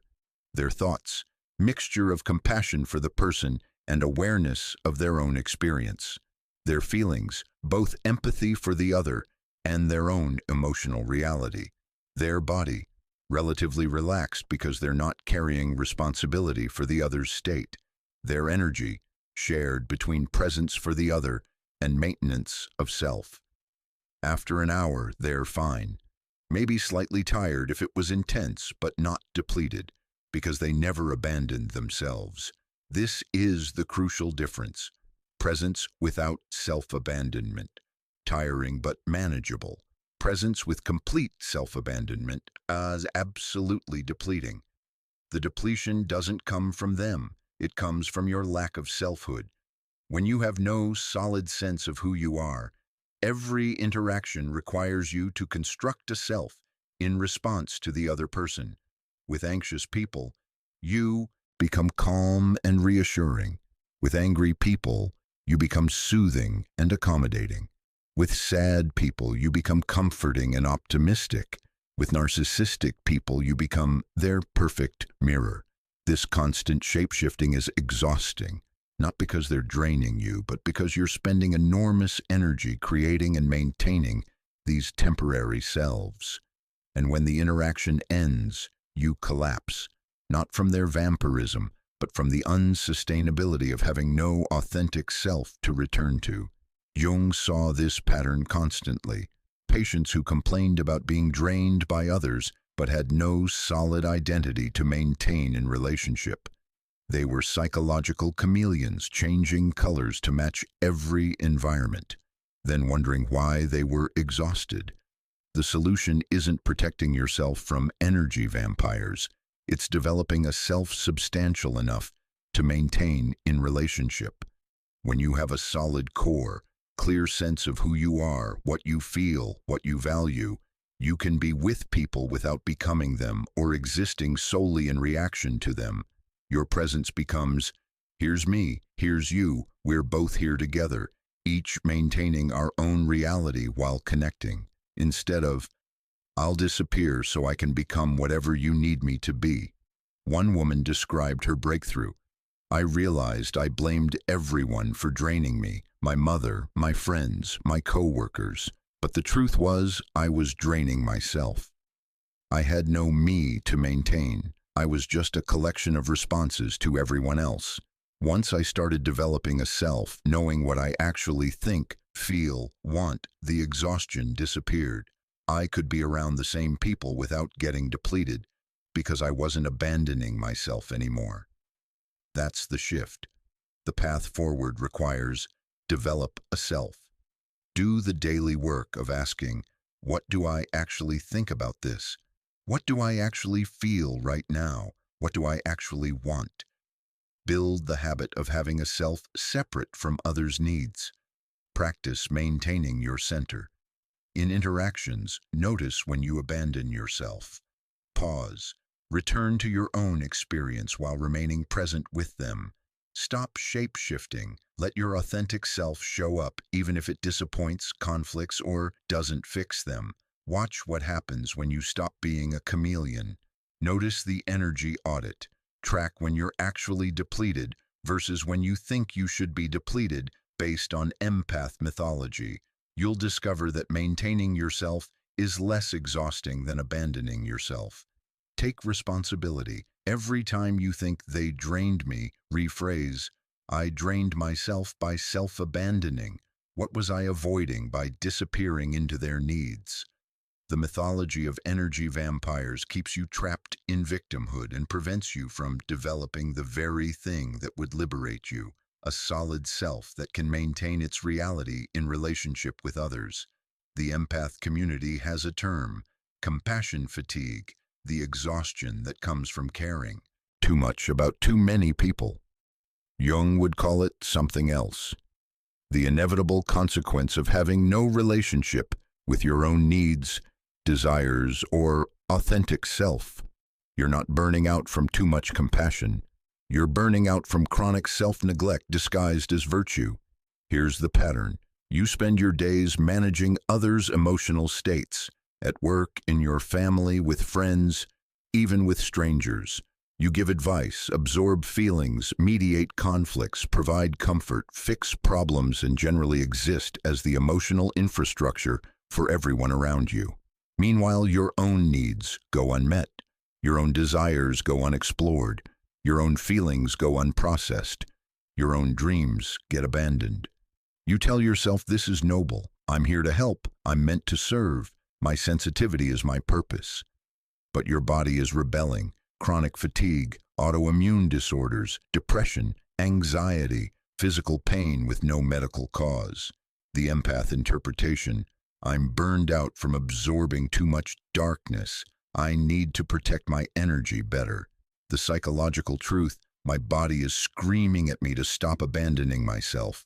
This isn't compassion fatigue, it's self-neglect. Jung observed this repeatedly. Patients whose service to others was actually avoidance of self-relationship. Because having a relationship with yourself is terrifying when you don't know who you are. It's easier to stay busy helping others than to sit alone with the question, what do I actually want from my life? It's easier to absorb yourself in fixing everyone's problems than to confront your own. It's easier to give compulsively than to receive, because receiving would require acknowledging you have needs, which contradicts your identity as the selfless helper. The self-neglect shows up in every area. Physical needs. You don't sleep enough, eat properly, exercise, or rest, because you're too busy being available for everyone else. Emotional needs. You don't process your own feelings. You're too busy processing everyone else's. Creative needs. You don't pursue your own interests, talents, or dreams. You're too busy supporting others' pursuits. Relational needs. You don't ask for reciprocity or support. You're too identified with being the strong one who gives. Spiritual needs. You don't engage with your own soul work. You're too busy being everyone else's spiritual guide. This chronic self-abandonment accumulates over years, and eventually your system breaks down. Not because you're too empathic, because you're not empathic enough toward yourself. Real empathy includes self-empathy. Authentic compassion includes self-compassion, but the empath identity specifically excludes this. It maintains the split.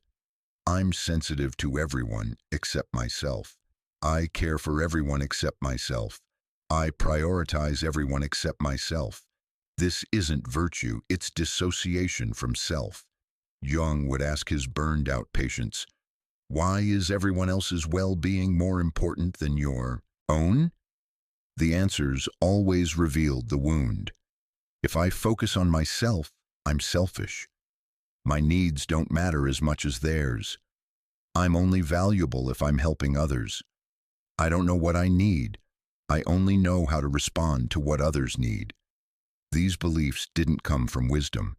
They came from childhood, where the patient learned their needs were unimportant, or their value came only from serving others. The burnout is your psyche's rebellion against continuing to live by these false beliefs. One woman's transformation was stark. I was hospitalized with complete exhaustion. The doctors couldn't find anything physically wrong. In therapy, I finally admitted, I have no idea what I actually want. I've spent 40 years meeting everyone else's needs, and I'm completely empty. The burnout wasn't from caring too much. It was from never caring about myself at all. The healing required learning to identify her own needs. What does my body need? What does my heart want? What makes me feel alive? Meet her own needs. Actually taking action to feed, rest, pleasure, and nourish herself, not as self-care performance, but as basic self-relationship. Tolerate guilt, saying no to others' requests, disappointing people, prioritizing herself, and sitting with the excruciating guilt that arises. Discover she still existed, that beneath decades of self-neglect was an actual person with preferences, desires, dreams, and needs. The path forward requires radical honesty.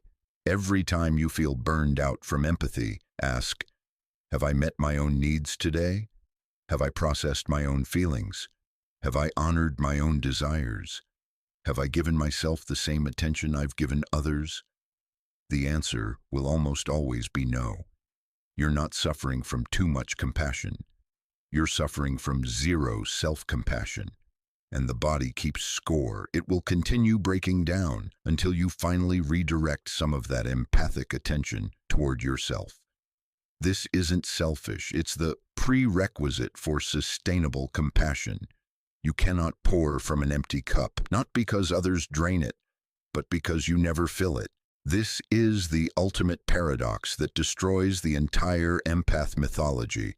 Authentic empathic capacity requires strong ego boundaries, solid differentiation, and integrated selfhood, the very things the empath identity helps you avoid developing. The empath belief: ego is bad, boundaries are separative. True compassion means dissolving the self and merging with others. Jung's truth: you must be somebody before you can consciously connect with anybody. Ego development is prerequisite for genuine relationship. Let's be psychologically precise. The ego, in Jungian terms, is your conscious sense of identity. It's the I that experiences, chooses, and relates. A weak ego means no clear sense of self, easily overwhelmed by unconscious content, emotions, impulses, others' projections. Inability to maintain center in relationships. No capacity to choose responses rather than react. No differentiation between self and other. A strong ego means clear sense of who you are, able to consciously hold emotional intensity without being possessed. Maintain your center while in deep connection with others. Choose your responses based on consciousness rather than compulsion. Clear differentiation. I am me, you are you, and we can connect across that difference. Notice what's required for genuine empathy. You must have a stable I to feel compassion from. You must be able to hold emotional intensity without drowning. You must maintain yourself while being present with another.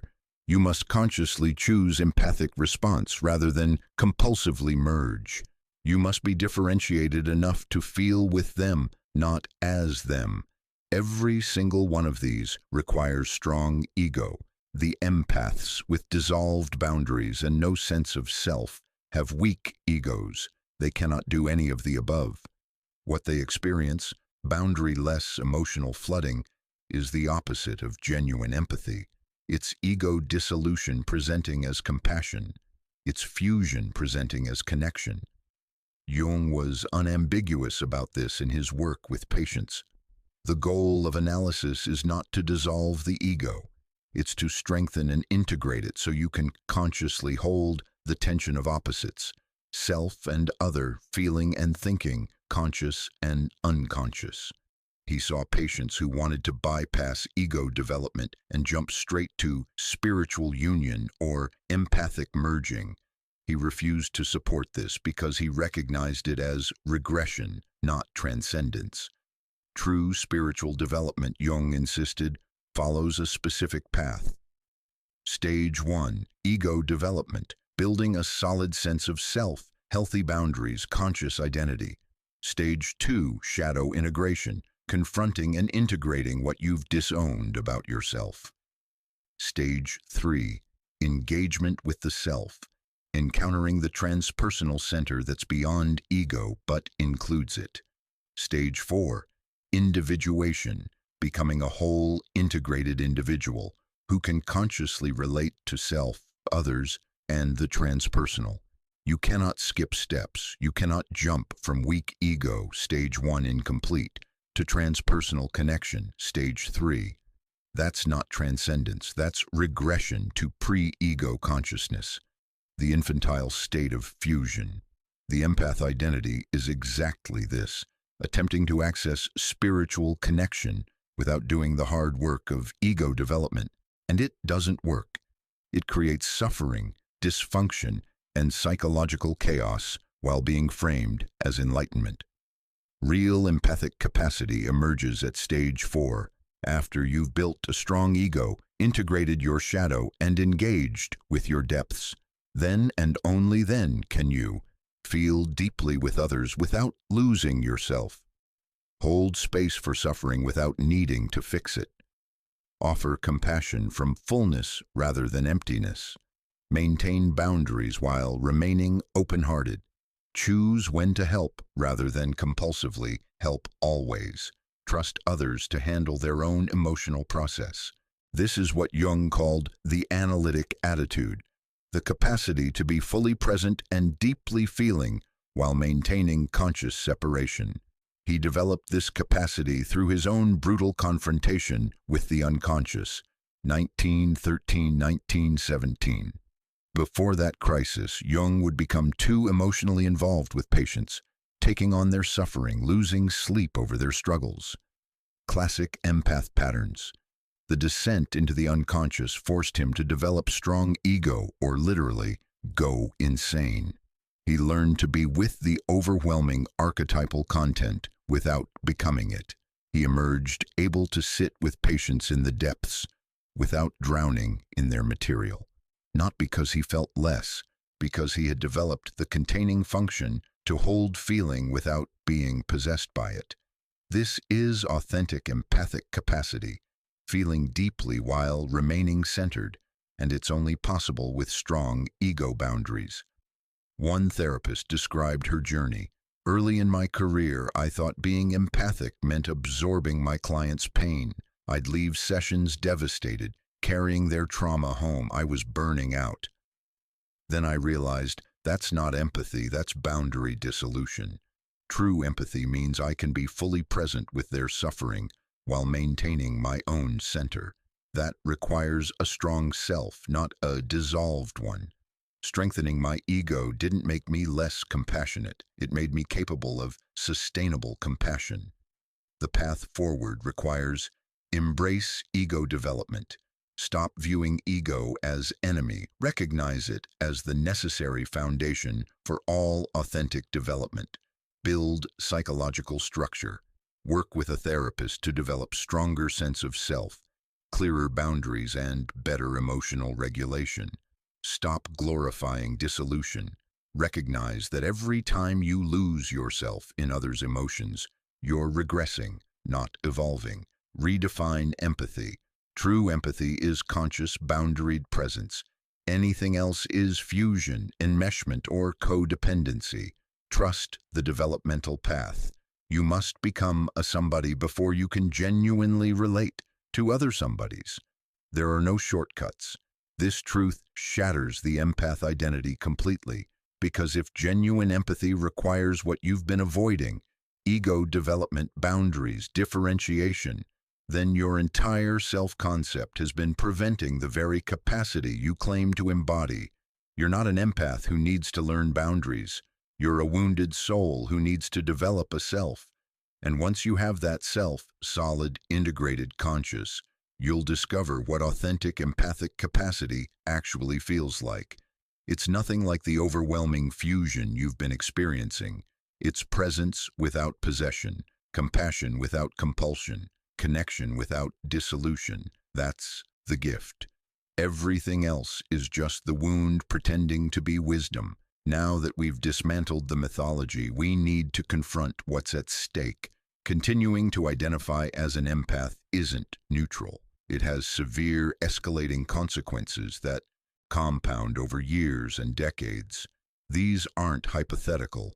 They're what Jung observed in patients who refused to individuate, what contemporary therapists see in long-term codependence, what happens when boundary dissolution becomes a life pattern rather than a phase to grow beyond.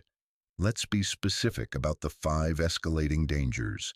The first and most insidious cost. You can reach 40, 50, 60 years old and realize you have no idea who you are. Not in an existential, philosophical sense. In a concrete, practical sense. You don't know what you actually like versus what you've pretended to like to accommodate others. You don't know what you actually believe versus what you've absorbed from those around you. You don't know what you actually want from your life versus what you've been told you should want. You don't know what you actually feel versus what you're projecting or absorbing. This isn't poetic emptiness. It's literal identity absence. Jung described these patients as hollowed out. There was no center, no core, nothing authentic at the heart of their personality. Just a collection of responses, accommodations, and shape-shifting patterns developed to manage others' emotional states. One woman in her 50s broke down in session. I've spent my entire life being what everyone else needed me to be. I've been the perfect daughter, the accommodating wife, the selfless mother, the supportive friend, the caring coworker. And I just realized I don't exist. There's no me underneath all these roles. I'm empty. I've lived 53 years and I've never actually lived my life. This is the endpoint of the empath identity maintained over decades. You become a ghost in your own life, present but not really there, functioning but not truly living, and the tragedy is that you can't get those years back. You can't relive your 20s actually discovering who you are instead of managing everyone else's needs. You can't reclaim your 30s pursuing your own dreams instead of supporting everyone else's. You can't recover your 40s building your authentic life instead of maintaining the hollow shell of an identity constructed entirely around others. The time is gone, and you spent it being no one. Jung called this unlived life, the psychic content that never got to manifest because the person remained unconscious, merged, undifferentiated. And he warned, unlived life doesn't just disappear, it poisons from within. It manifests as depression that has no clear cause, because you're grieving a life you never lived. Anxiety that pervades everything, because you have no solid self to orient from. Rage that erupts unexpectedly, because decades of self-abandonment create resentment. Emptiness that nothing fills, because there's no self to fill. The cost of maintaining the empath identity is your actual existence. You become a supporting character in everyone else's story, never the protagonist of your own. And by the time you realize it, you've lost years or decades that you cannot reclaim. The second escalating danger, the empath identity locks you into savior-victim dynamics that prevent genuine intimacy and equality in relationships. You cannot have authentic connection when you're either rescuing or being victimized. Real intimacy requires two whole people meeting as equals, both capable of holding their own emotional content, both taking responsibility for their own well-being, both capable of giving and receiving. But the empath identity prevents this symmetry. You're always in one of two positions, the savior. You're the strong one, the helper, the one who gives while they take. You're needed, which makes you feel valuable. You're managing their emotional life, which gives you purpose. You're sacrificing yourself, which makes you feel noble. The victim.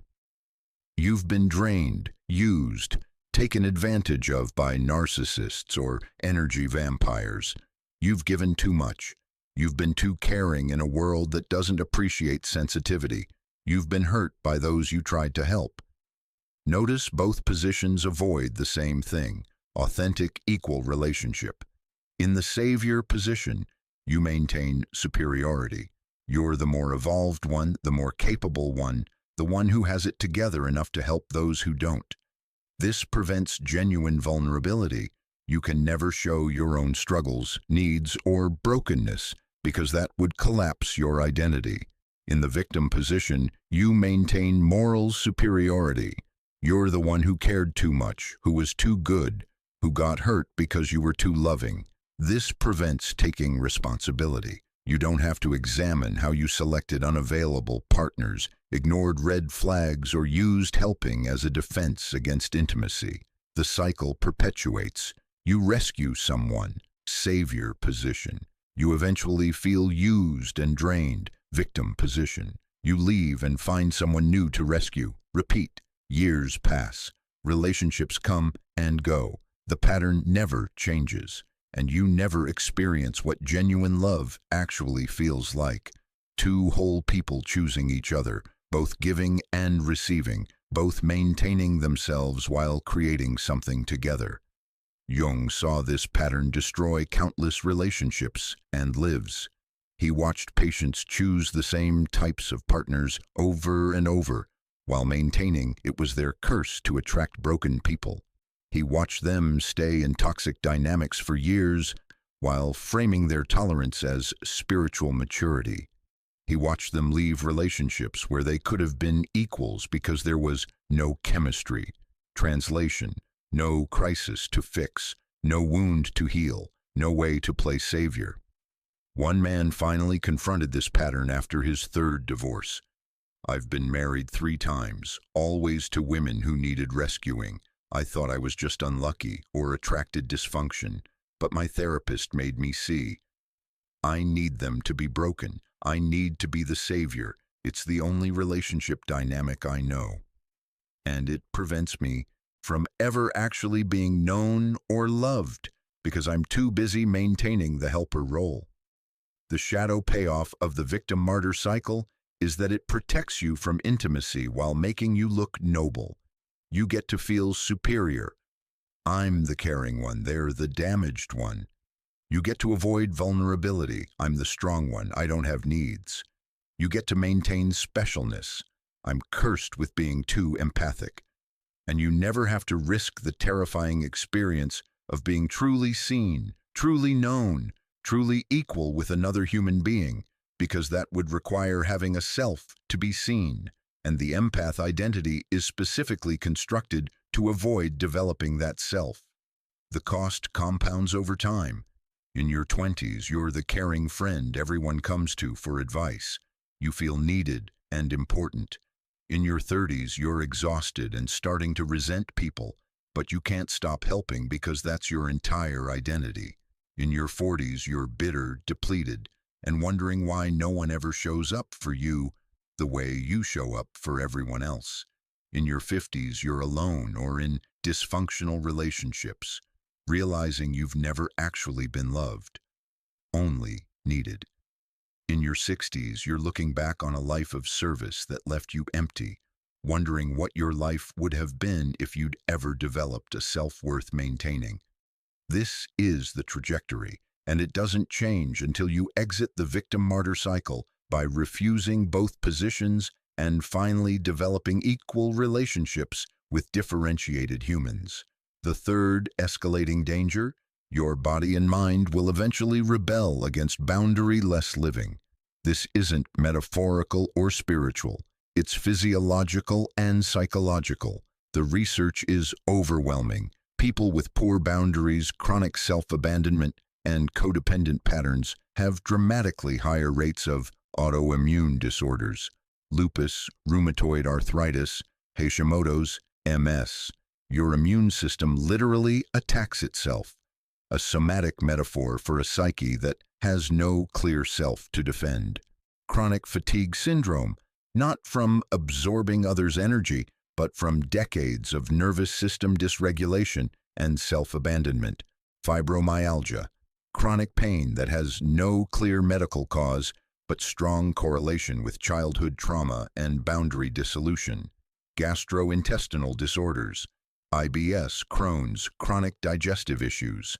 The gut-brain connection means chronic emotional suppression manifests as physical gut dysfunction. Chronic pain syndromes, back pain, headaches, joint pain. The body carries what the psyche refuses to address. Depression, not situational sadness, but chronic depression from living an unlived life and having no authentic self. Anxiety disorders, chronic anxiety from having no solid self to orient from and constantly scanning for emotional threats. Panic attacks, autonomic nervous system so dysregulated that it randomly triggers fight-flight responses. Dr. Gabor Mate's decades of work with chronically ill patients revealed a consistent pattern. Those who developed serious chronic illnesses were disproportionately people who could not say no, put others' needs before their own, always suppressed their own emotions to keep peace, felt responsible for others' emotional states, had no clear boundaries, derived self-worth from being needed. Sound familiar? It's the exact profile of someone identifying as an empath. The physiological mechanism is straightforward.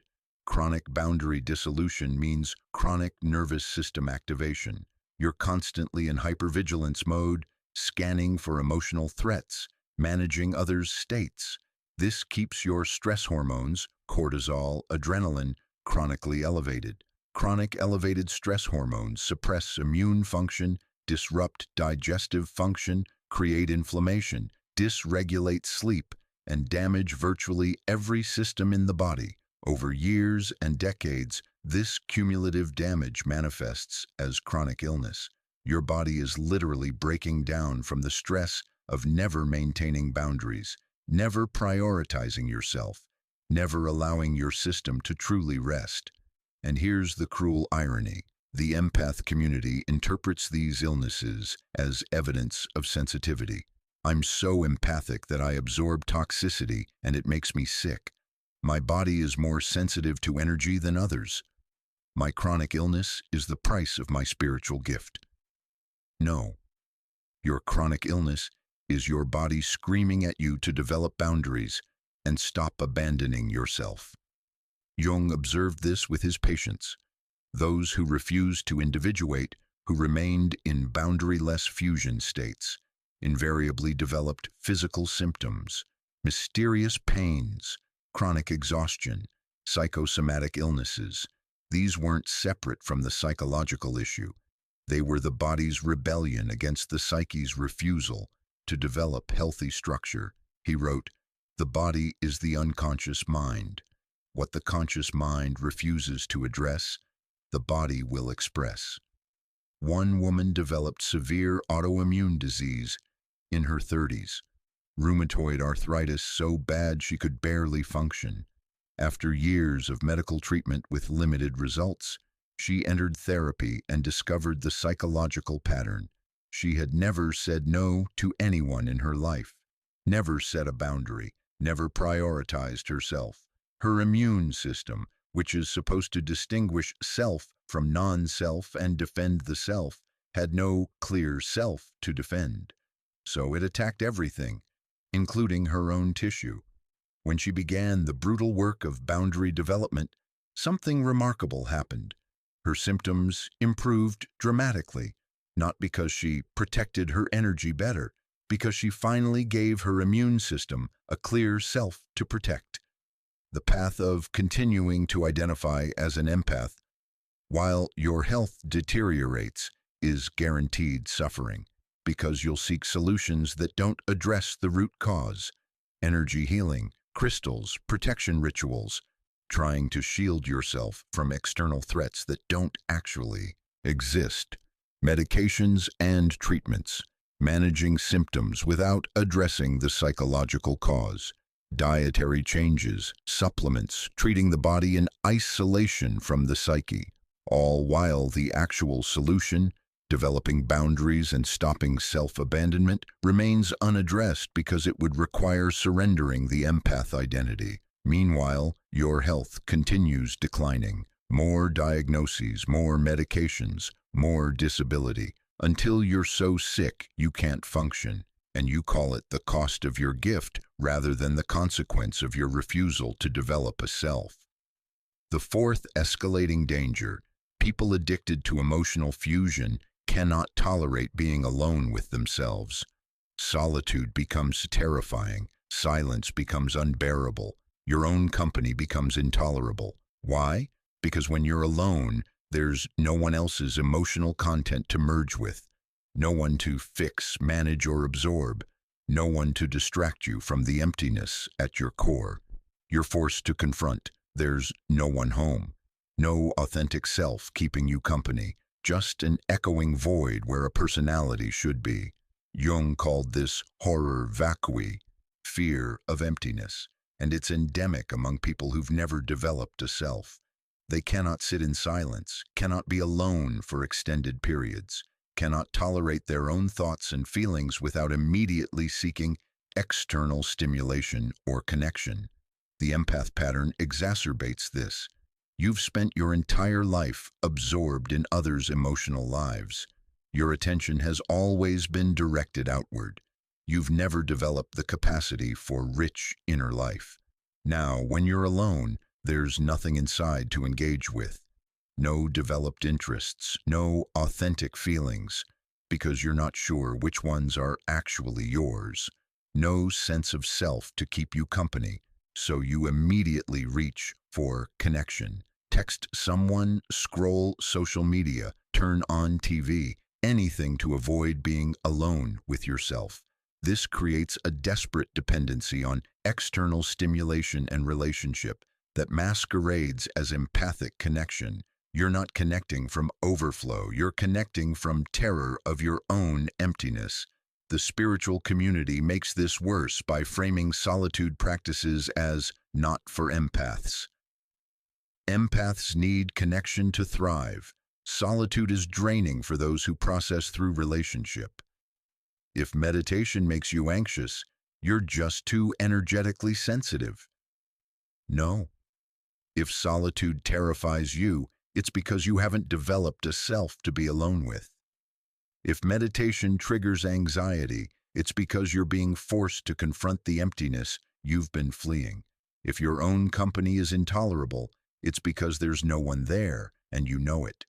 Jung insisted that the capacity for solitude was essential for psychological health. He wrote, "Loneliness does not come from having no people about one, but from being unable to communicate the things that seem important to oneself, or from holding certain views which others find inadmissible." Translation: real loneliness comes from having no authentic self to communicate, not from lack of company. He spent years in relative solitude during his confrontation with the unconscious, not because he was avoiding people, but because he was doing the deep work of developing relationship with himself. That capacity to be alone without loneliness, to enjoy your own company, to have rich inner life, emerges only after you've developed a self. But people who remain identified as empaths never reach this capacity. They remain dependent on others for their sense of existence. If no one needs them, they have no purpose. If they're not managing someone's emotions, they have no function. This dependency gets worse over time. In your 20s, you're always surrounded by people who need your help. You feel vital and needed. In your 30s, you start noticing the exhaustion, but can't imagine life without constant connection and helping. In your 40s, friends are pulling away, setting their own boundaries, building their own lives, and you panic. You double down on helping, volunteering, inserting yourself wherever you're needed. In your 50s, you're increasingly alone because healthy people have recognized your helping is codependent and distance themselves. You're desperate for anyone who needs you. In your 60s, you're isolated, bitter, and terrified of solitude because you never developed the capacity to be with yourself. This trajectory can be avoided, but only by doing the individuation work that develops a substantial self capable of enjoying its own company. One man described his transformation. "I used to feel panicked if I had a free weekend with nothing planned. I'd immediately fill it with helping someone, attending events, anything to avoid being alone. In therapy, I slowly learned to sit with myself. It was excruciating at first, just me and my thoughts. But gradually, I discovered I actually exist. I have interests, feelings, preferences. Now I cherish solitude. It's where I connect with who I actually am. The desperate need for constant connection disappeared because I finally have a self to be with." That's the shift. From terror of solitude to capacity for it. From desperate dependency on others to genuine enjoyment of self. But it requires confronting what the empath identity is defending against: your own absence. The fifth and perhaps most heartbreaking danger: if you remain identified as an empath and never develop boundaries, you will almost certainly emotionally parentify your own children. You will pass the wounding to the next generation while calling it sensitivity training. This is how intergenerational trauma works. Wounded parents create wounded children who become wounded parents who create wounded children. The cycle continues until someone becomes conscious and chooses to break it. Here's the specific mechanism. You, as an empathic parent, have no boundaries and no solid self. You're merged with everyone's emotional content, including your children's. When your child is upset, you cannot tolerate their discomfort.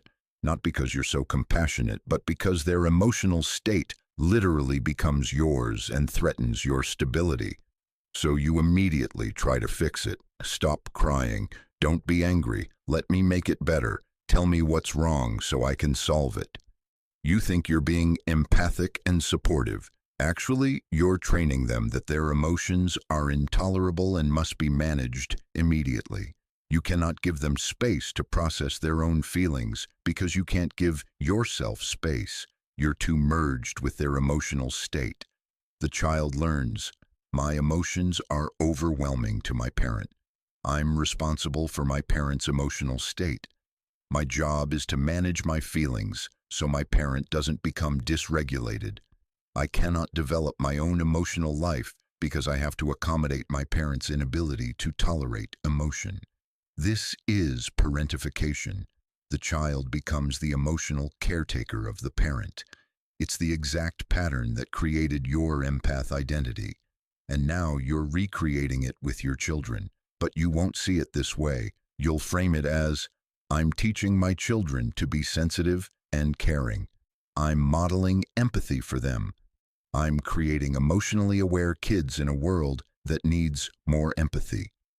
Meanwhile, your children are developing the same boundary dissolution, hypervigilance, and inability to differentiate self from other that you're suffering from. They learn to scan your face to determine if you're okay. They learn to manage their own emotions to keep you regulated. They learn their value comes from making you feel good. They never get to be children who can simply feel their feelings, make mistakes, be self-centered, develop their own authentic preferences because they're too busy managing you. Jung warned about this repeatedly. Unconscious parents create unconscious children. The sins of the fathers and mothers are visited upon the children, not as punishment, but as natural consequence of unhealed wounds, reproducing themselves through generations. One woman finally saw this pattern when her teenage daughter developed severe anxiety. My daughter couldn't make any decision without checking my reaction first. She was constantly asking, "Are you okay, Mom?" She had no sense of her own preferences. Everything was about accommodating me. And I suddenly realized, I did this. I've been so merged with her emotional states since birth that she never got to develop a separate self.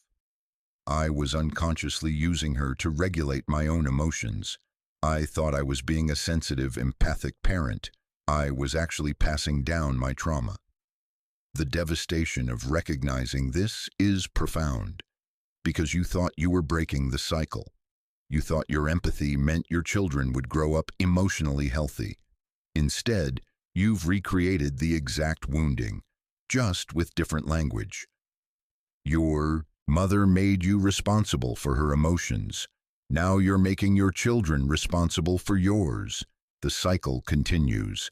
Another generation of boundary-less individuals who will identify as empaths to make sense of their suffering, unless you become conscious, unless you do the hard work of healing your own wounding so you don't pass it on.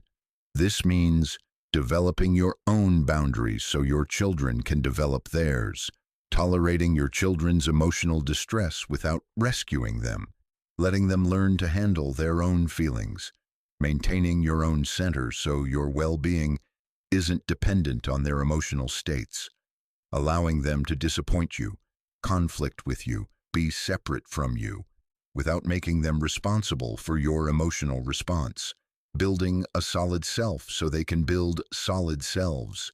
This is perhaps the most compelling reason to exit the empath identity, not just for yourself, but for your children and your children's children.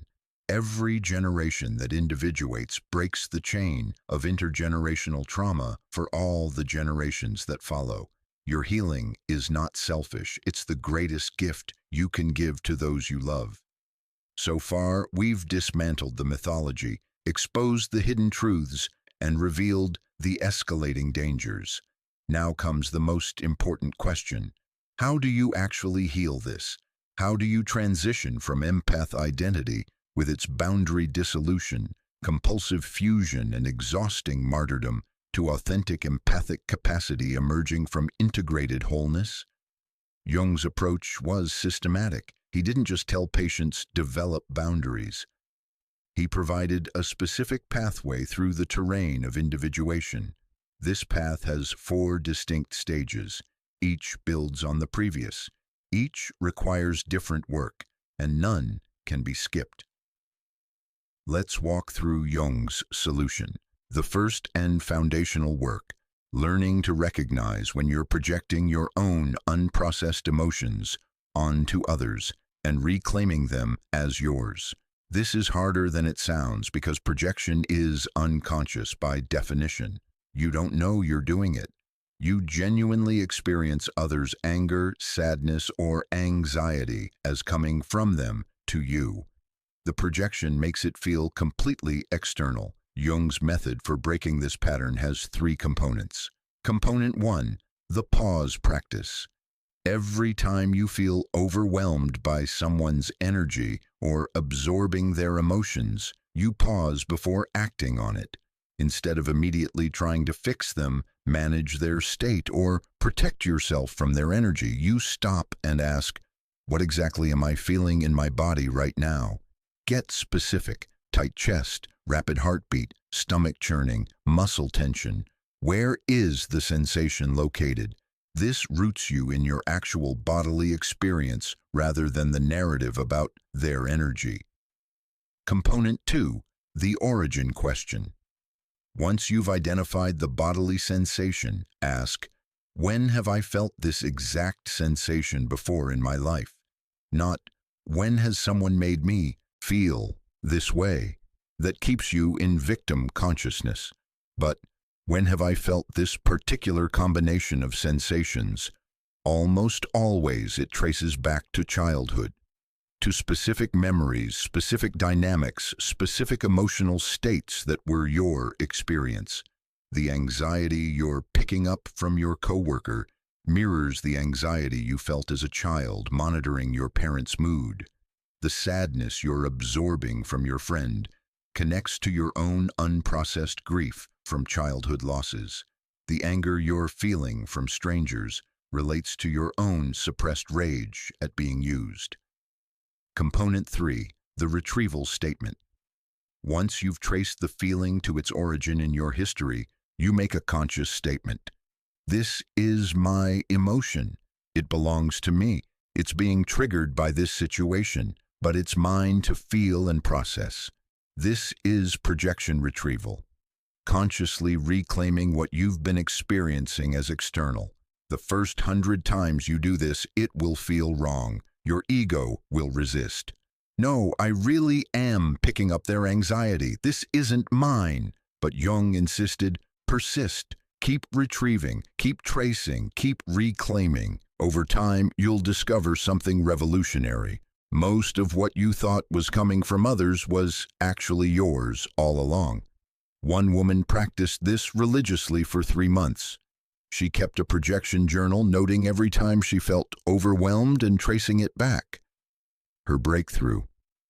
Out of 47 instances where I thought I was absorbing someone else's emotion, 43 traced directly back to my own unprocessed childhood content. Only 4 were genuinely responding to the other person's energy, and in those cases, I wasn't overwhelmed because I wasn't projecting. This practice is the foundation, because until you can distinguish your emotional content from others, you have no hope of developing boundaries. You're just drowning in your own unconscious material while blaming it on everyone around you. Once you're actively withdrawing projections, the second stage involves building psychological structure, developing the containing function Jung insisted was essential for healthy emotional life. This stage has 3 distinct practices. Practice 1, daily self-inquiry. Every morning before engaging with anyone else, spend 10 minutes asking yourself, what do I actually feel today? What do I actually want today? What do I actually need today? What do I actually think about current situation in your life? Write down your answers. This seems simple, but for people who've never developed a separate self, It's excruciating. You'll find yourself drawing blanks. I don't know what I feel. I'm not sure what I want. I have no idea what I think. This is evidence of how absent yourself has been. Keep asking anyway. Over weeks and months, you'll start to have answers. Small ones at first. I'm tired. I want coffee. I need quiet. Then bigger ones. I'm actually angry about this situation. Want to pursue this creative project. I need to end this friendship. You're building the neural pathways of selfhood, creating a habit of having a self separate from others. Practice 2. The boundary setting ladder. You cannot learn to set boundaries in high-stakes situations. You'll fail and reinforce that boundaries are impossible. Instead, create a hierarchy of boundary-setting challenges from easiest to hardest. Level 1. Say no to small requests from strangers or acquaintances. No, I don't want to donate today. No, I can't sign your petition. Level 2. Express preferences that differ from those you're with. Actually, I'd rather have Thai food than Italian. I'm going to skip this event. Level 3. Set boundaries with friends. I can't talk right now, I'm busy. I need to leave early. Level 4. Set boundaries with family. I won't be attending that family function. That topic is off limits for me. Level 5. Set boundaries in intimate relationships. I need time alone this weekend. I'm not comfortable with that request. Start at level 1. Do it repeatedly until the anxiety decreases and you can tolerate the guilt without collapsing the boundary. Then move to level 2, and so on. The goal isn't to become boundary rigid or cold. It's to develop the capacity to set boundaries when appropriate, to have access to no as an option rather than compulsively saying yes. One man described his experience. The first time I said no to my mother's request, I had a full panic attack. My body was convinced I was dying, but I held the boundary, and she handled it. The world didn't end. The more I practiced, the easier it got. Now I can say no without the panic, and our relationship is actually healthier because I'm not silently resenting her while pretending to be fine. Practice 3. Tolerating others' emotional responses. The hardest part of boundary setting for empaths. You must learn to tolerate others being upset with you without immediately trying to fix it. When you set a boundary, people will respond with disappointment, anger, guilt-tripping, withdrawal, manipulation, accusations of selfishness. Your entire system will scream, "Make them feel better, fix this, you're hurting them." You must learn to sit with this discomfort without collapsing the boundary. The practice. After setting a boundary, notice your impulse to immediately explain, justify, apologize, or take it back. Don't act on the impulse, just notice it. Feel the anxiety, guilt, and terror in your body. Remind yourself, their emotional response to my boundary is their responsibility. I can care about their feelings without being responsible for managing them. Stay with the discomfort. It will pass. This is ego strengthening. You're literally building the psychological muscle to maintain your center even when others are upset. The first 50 times it will feel like you're being cruel. You'll be convinced you're becoming a selfish, uncaring person. Jung would say, "You're not becoming selfish. You're finally developing a self." There's a difference. Once you're withdrawing projections and building boundaries, the third stage addresses the core wound, confronting the shadow material the empath identity has been defending against. This is the brutal heart of the work. Jung's shadow work for empaths focuses on 4 specific areas. Area 1, your hidden selfishness. You must confront that beneath your caring too much is profound selfishness that you've never admitted. Journal prompts. If I'm honest, the things I want for myself that I've never prioritized are: The ways I resent giving to others are, if I could live entirely for myself without guilt, I would. The truth about what I want versus what I've been doing is, you're looking for the parts of you that want your own life, your own time, your own energy, and have been suppressed because they contradict your empathic identity. One woman's shadow work revealed, I don't actually want to help people. I want to write novels and be left alone. I've spent 20 years in helping professions and volunteer work because it made me look good and feel special. The truth is, I'm deeply selfish and I resent every moment I spend on other people's needs. That admission, that shadow confession, was the beginning of her liberation. Area 2. Your hidden judgment and superiority. You must admit that identifying as an empath has been a way to feel superior to less evolved people. Journal prompts. The ways I secretly judge people who aren't as sensitive as me are. What I get out of being the one who sees what others miss is how I've used my empathy to feel better than others. The truth about my need to be special is, you're excavating the shadow payoff. You get to feel morally and spiritually superior while playing victim. One man's shadow work exposed. I've been using my empath identity to look down on people I consider less conscious. I've felt smugly superior to my successful, boundaried colleagues, telling myself they're just not as sensitive as I am. The truth is, I'm judgmental as hell, and I've been hiding it behind spiritual language. Area 3. Your hidden need for control. You must recognize that helping and absorbing others' emotions has been a way to maintain control and avoid your own powerlessness. Journal prompts.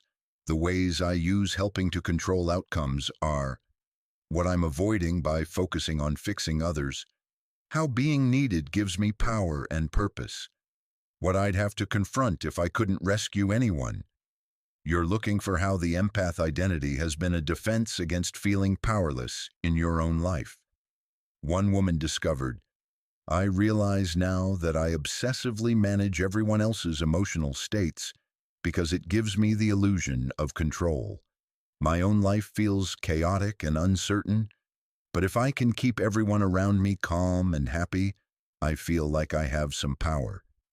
It's been a way to avoid confronting how terrified and powerless I feel about my own existence. Area 4. Your hidden indifference.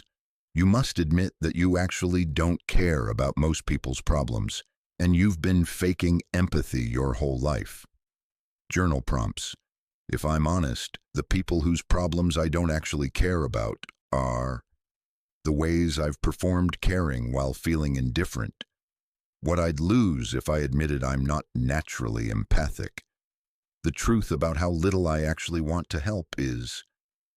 This is the deepest shadow work, admitting that your empathy has often been performance, manipulation, or compulsion rather than genuine caring. One man's confession. I don't actually care about most people's suffering. I've been pretending to care my whole life because that's how I get approval and maintain my self-image. If I'm honest, I'm pretty indifferent to most human drama, and that terrifies me because if I'm not the caring empath, then who am I? That's the question shadow work leads to. Who am I without this identity? And the answer initially is, I don't know. That's the void you've been fleeing. That's the emptiness the empath identity has been filling. Shadow integration means sitting with that void, owning all the disowned parts, and discovering that you still exist without the identity. You're not as noble as you thought, but you're also not as empty. You're just human, complex, contradictory, containing both light and darkness, and that's enough.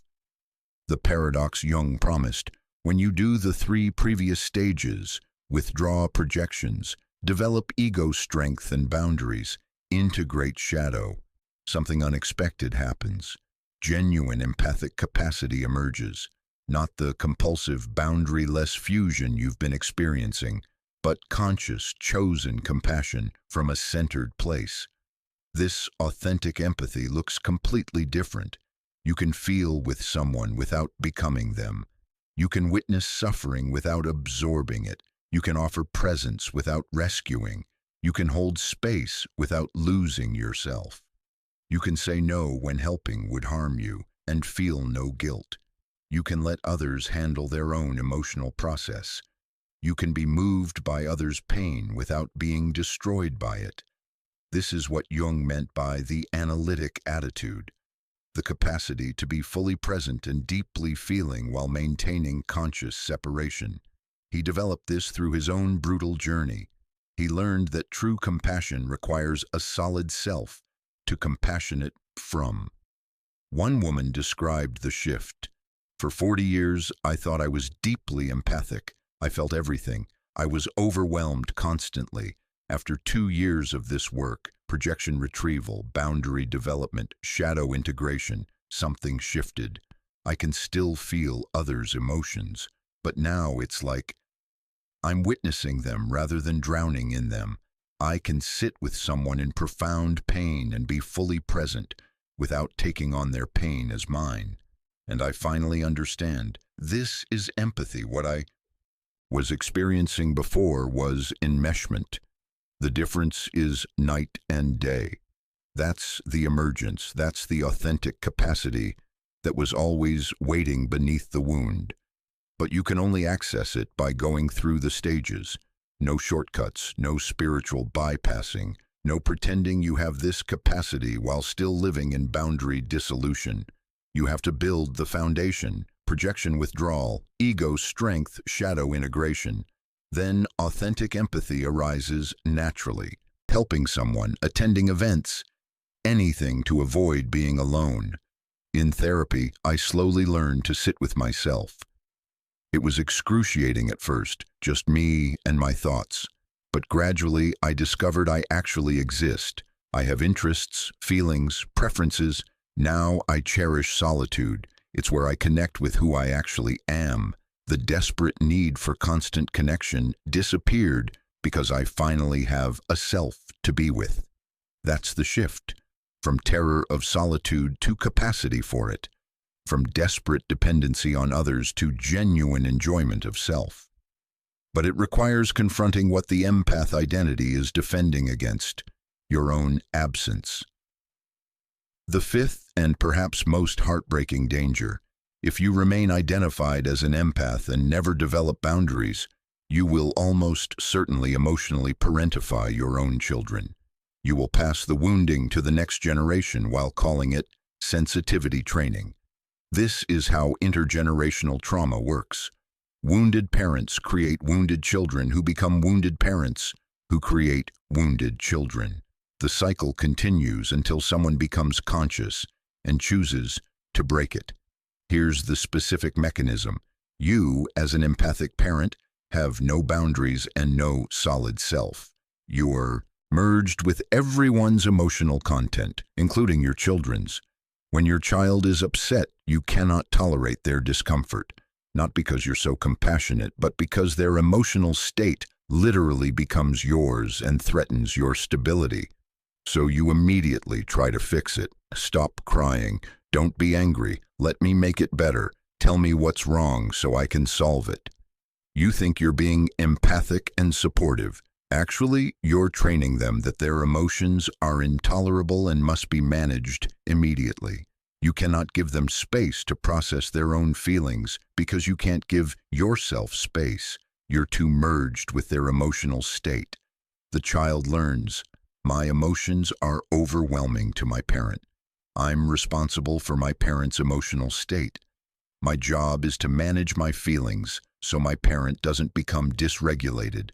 I cannot develop my own emotional life because I have to accommodate my parent's inability to tolerate emotion. This is parentification. The child becomes the emotional caretaker of the parent. It's the exact pattern that created your empath identity.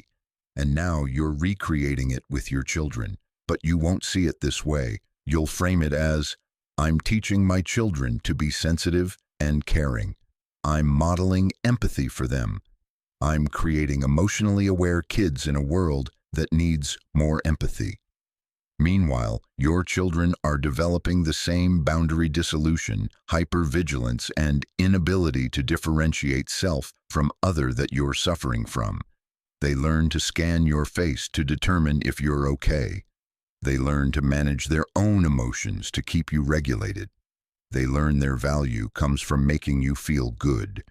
They never get to be children who can simply feel their feelings, make mistakes, be self-centered, develop their own authentic preferences, because they're too busy managing you. Jung warned about this repeatedly. Unconscious parents create unconscious children. The sins of the fathers and mothers are visited upon the children, not as punishment, but as natural consequence of unhealed wounds, reproducing themselves through generations. One woman finally saw this pattern when her teenage daughter developed severe anxiety. My daughter couldn't make any decision without checking my reaction first. She was constantly asking, "Are you okay, Mom?" She had no sense of her own preferences. Everything was about accommodating me. And I suddenly realized, I did this. I've been so merged with her emotional states since birth that she never got to develop a separate self. I was unconsciously using her to regulate my own emotions. I thought I was being a sensitive, empathic parent. I was actually passing down my trauma. The devastation of recognizing this is profound, because you thought you were breaking the cycle. You thought your empathy meant your children would grow up emotionally healthy. Instead, you've recreated the exact wounding, just with different language. Your mother made you responsible for her emotions. Now you're making your children responsible for yours. The cycle continues. Another generation of boundary-less individuals who will identify as empaths to make sense of their suffering, unless you become conscious, unless you do the hard work of healing your own wounding so you don't pass it on. This means developing your own boundaries so your children can develop theirs, tolerating your children's emotional distress without rescuing them, letting them learn to handle their own feelings, maintaining your own center so your well-being isn't dependent on their emotional states, allowing them to disappoint you, conflict with you, be separate from you, without making them responsible for your emotional response, building a solid self so they can build solid selves. This is perhaps the most compelling reason to exit the empath identity, not just for yourself, but for your children and your children's children. Every generation that individuates breaks the chain of intergenerational trauma for all the generations that follow. Your healing is not selfish. It's the greatest gift you can give to those you love. So far, we've dismantled the mythology, exposed the hidden truths, and revealed the escalating dangers. Now comes the most important question. How do you actually heal this? How do you transition from empath identity with its boundary dissolution, compulsive fusion, and exhausting martyrdom to authentic empathic capacity emerging from integrated wholeness? Jung's approach was systematic. He didn't just tell patients, develop boundaries. He provided a specific pathway through the terrain of individuation. This path has 4 distinct stages. Each builds on the previous. Each requires different work, and none can be skipped. Let's walk through Jung's solution. The first and foundational work, learning to recognize when you're projecting your own unprocessed emotions onto others and reclaiming them as yours. This is harder than it sounds because projection is unconscious by definition. You don't know you're doing it. You genuinely experience others' anger, sadness, or anxiety as coming from them to you. The projection makes it feel completely external. Jung's method for breaking this pattern has 3 components. Component 1, the pause practice. Every time you feel overwhelmed by someone's energy or absorbing their emotions, you pause before acting on it. Instead of immediately trying to fix them, manage their state, or protect yourself from their energy, you stop and ask, what exactly am I feeling in my body right now? Get specific. tight chest, rapid heartbeat, stomach churning, muscle tension. Where is the sensation located? This roots you in your actual bodily experience rather than the narrative about their energy. Component 2. The origin question. Once you've identified the bodily sensation, ask, when have I felt this exact sensation before in my life? Not, when has someone made me feel this way? That keeps you in victim consciousness. But, when have I felt this particular combination of sensations? Almost always it traces back to childhood, to specific memories, specific dynamics, specific emotional states that were your experience. The anxiety you're picking up from your coworker mirrors the anxiety you felt as a child monitoring your parents' mood. The sadness you're absorbing from your friend connects to your own unprocessed grief from childhood losses. The anger you're feeling from strangers relates to your own suppressed rage at being used. Component 3. The retrieval statement. Once you've traced the feeling to its origin in your history, you make a conscious statement. This is my emotion. It belongs to me. It's being triggered by this situation, but it's mine to feel and process. This is projection retrieval. Consciously reclaiming what you've been experiencing as external.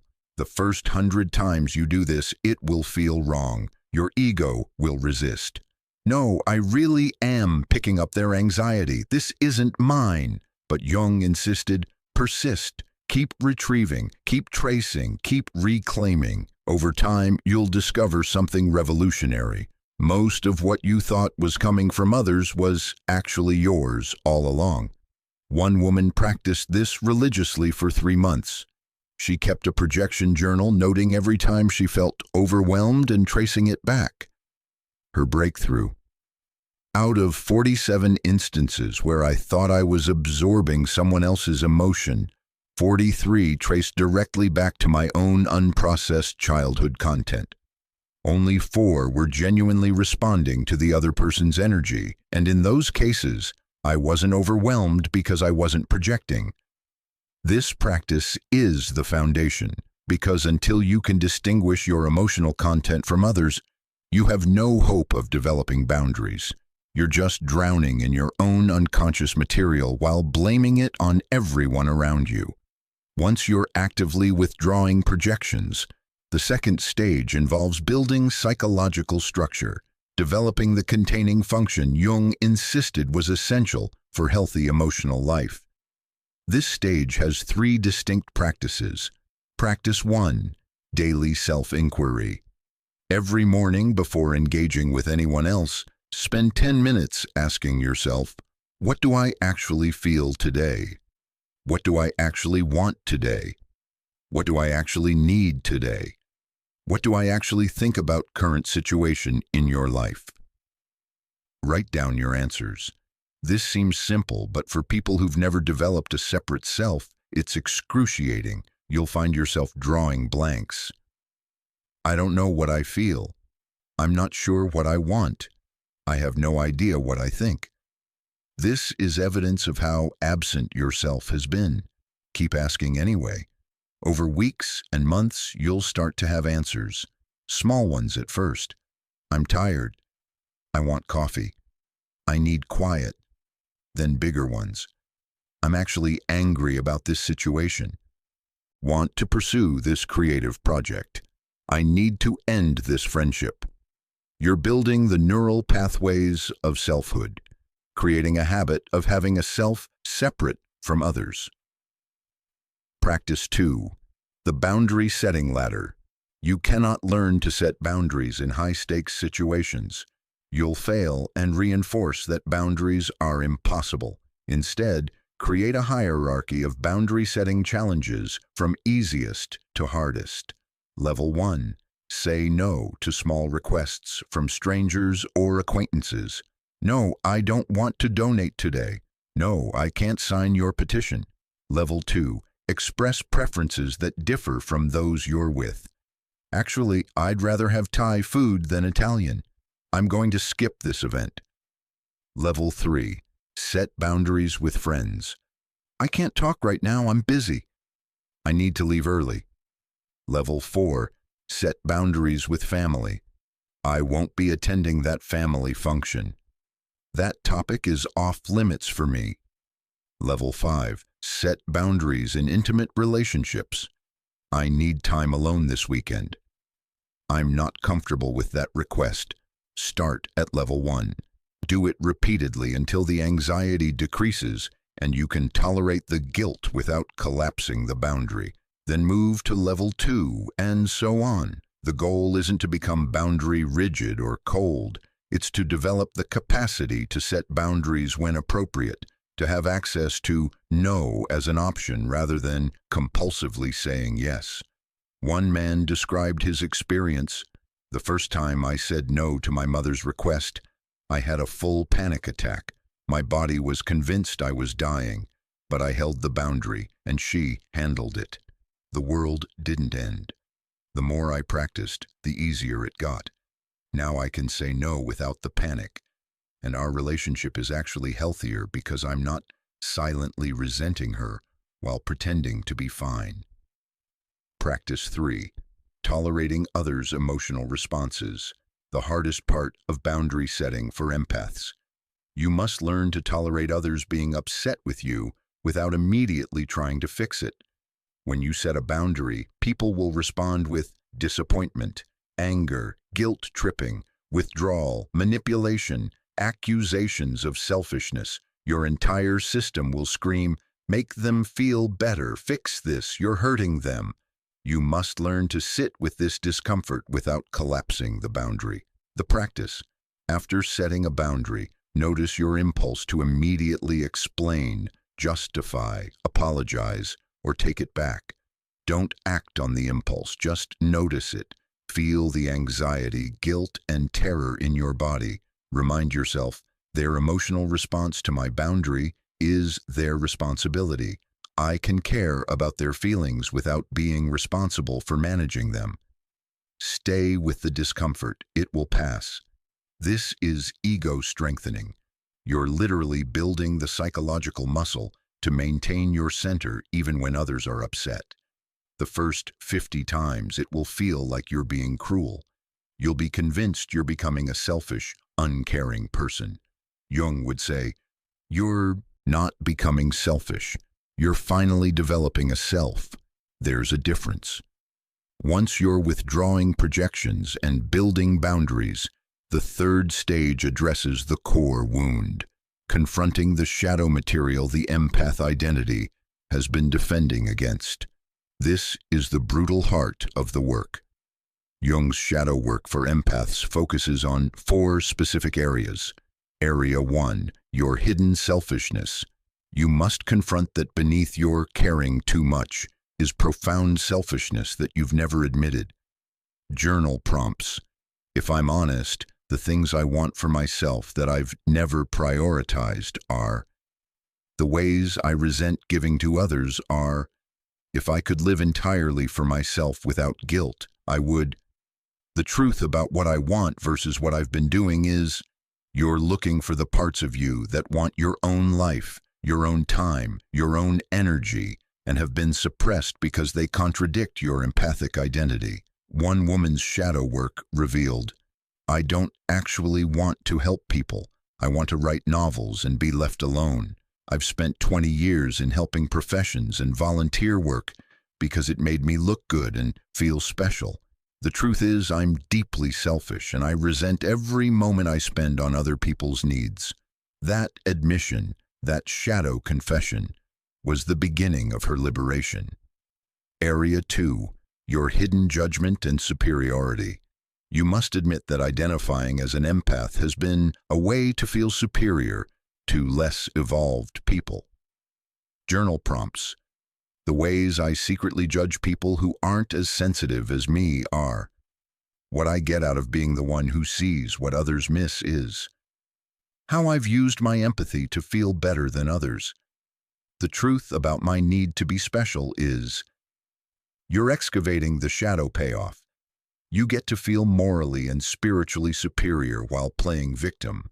One man's shadow work exposed. I've been using my empath identity to look down on people I consider less conscious. I've felt smugly superior to my successful, boundaried colleagues, telling myself they're just not as sensitive as I am. The truth is, I'm judgmental as hell, and I've been hiding it behind spiritual language. Area 3. Your hidden need for control. You must recognize that helping and absorbing others' emotions has been a way to maintain control and avoid your own powerlessness. Journal prompts. The ways I use helping to control outcomes are: what I'm avoiding by focusing on fixing others, how being needed gives me power and purpose, what I'd have to confront if I couldn't rescue anyone. You're looking for how the empath identity has been a defense against feeling powerless in your own life. One woman discovered, I realize now that I obsessively manage everyone else's emotional states because it gives me the illusion of control. My own life feels chaotic and uncertain, but if I can keep everyone around me calm and happy, I feel like I have some power. It's been a way to avoid confronting how terrified and powerless I feel about my own existence. Area 4. Your hidden indifference. You must admit that you actually don't care about most people's problems, and you've been faking empathy your whole life. Journal prompts. If I'm honest, the people whose problems I don't actually care about are the ways I've performed caring while feeling indifferent, what I'd lose if I admitted I'm not naturally empathic, the truth about how little I actually want to help is. This is the deepest shadow work, admitting that your empathy has often been performance, manipulation, or compulsion rather than genuine caring. One man's confession. I don't actually care about most people's suffering. I've been pretending to care my whole life because that's how I get approval and maintain my self-image. If I'm honest, I'm pretty indifferent to most human drama, and that terrifies me because if I'm not the caring empath, then who am I? That's the question shadow work leads to. Who am I without this identity? And the answer initially is, I don't know. That's the void you've been fleeing. That's the emptiness the empath identity has been filling. Shadow integration means sitting with that void, owning all the disowned parts, and discovering that you still exist without the identity. You're not as noble as you thought, but you're also not as empty. You're just human, complex, contradictory, containing both light and darkness, and that's enough. The paradox Jung promised: when you do the 3 previous stages, withdraw projections, develop ego strength and boundaries, integrate shadow, something unexpected happens. Genuine empathic capacity emerges, not the compulsive, boundary-less fusion you've been experiencing, but conscious, chosen compassion from a centered place. This authentic empathy looks completely different. You can feel with someone without becoming them. You can witness suffering without absorbing it. You can offer presence without rescuing. You can hold space without losing yourself. You can say no when helping would harm you and feel no guilt. You can let others handle their own emotional process. You can be moved by others' pain without being destroyed by it. This is what Jung meant by the analytic attitude, the capacity to be fully present and deeply feeling while maintaining conscious separation. He developed this through his own brutal journey. He learned that true compassion requires a solid self to compassionate from. One woman described the shift. For 40 years, I thought I was deeply empathic. I felt everything. I was overwhelmed constantly. After 2 years of this work, projection retrieval, boundary development, shadow integration, something shifted. I can still feel others' emotions, but now it's like I'm witnessing them rather than drowning in them. I can sit with someone in profound pain and be fully present without taking on their pain as mine. And I finally understand. This is empathy. What I was experiencing before was enmeshment. The difference is night and day. That's the emergence, that's the authentic capacity that was always waiting beneath the wound. But you can only access it by going through the stages. No shortcuts, no spiritual bypassing, no pretending you have this capacity while still living in boundary dissolution. You have to build the foundation, projection withdrawal, ego strength, shadow integration. Then authentic empathy arises naturally.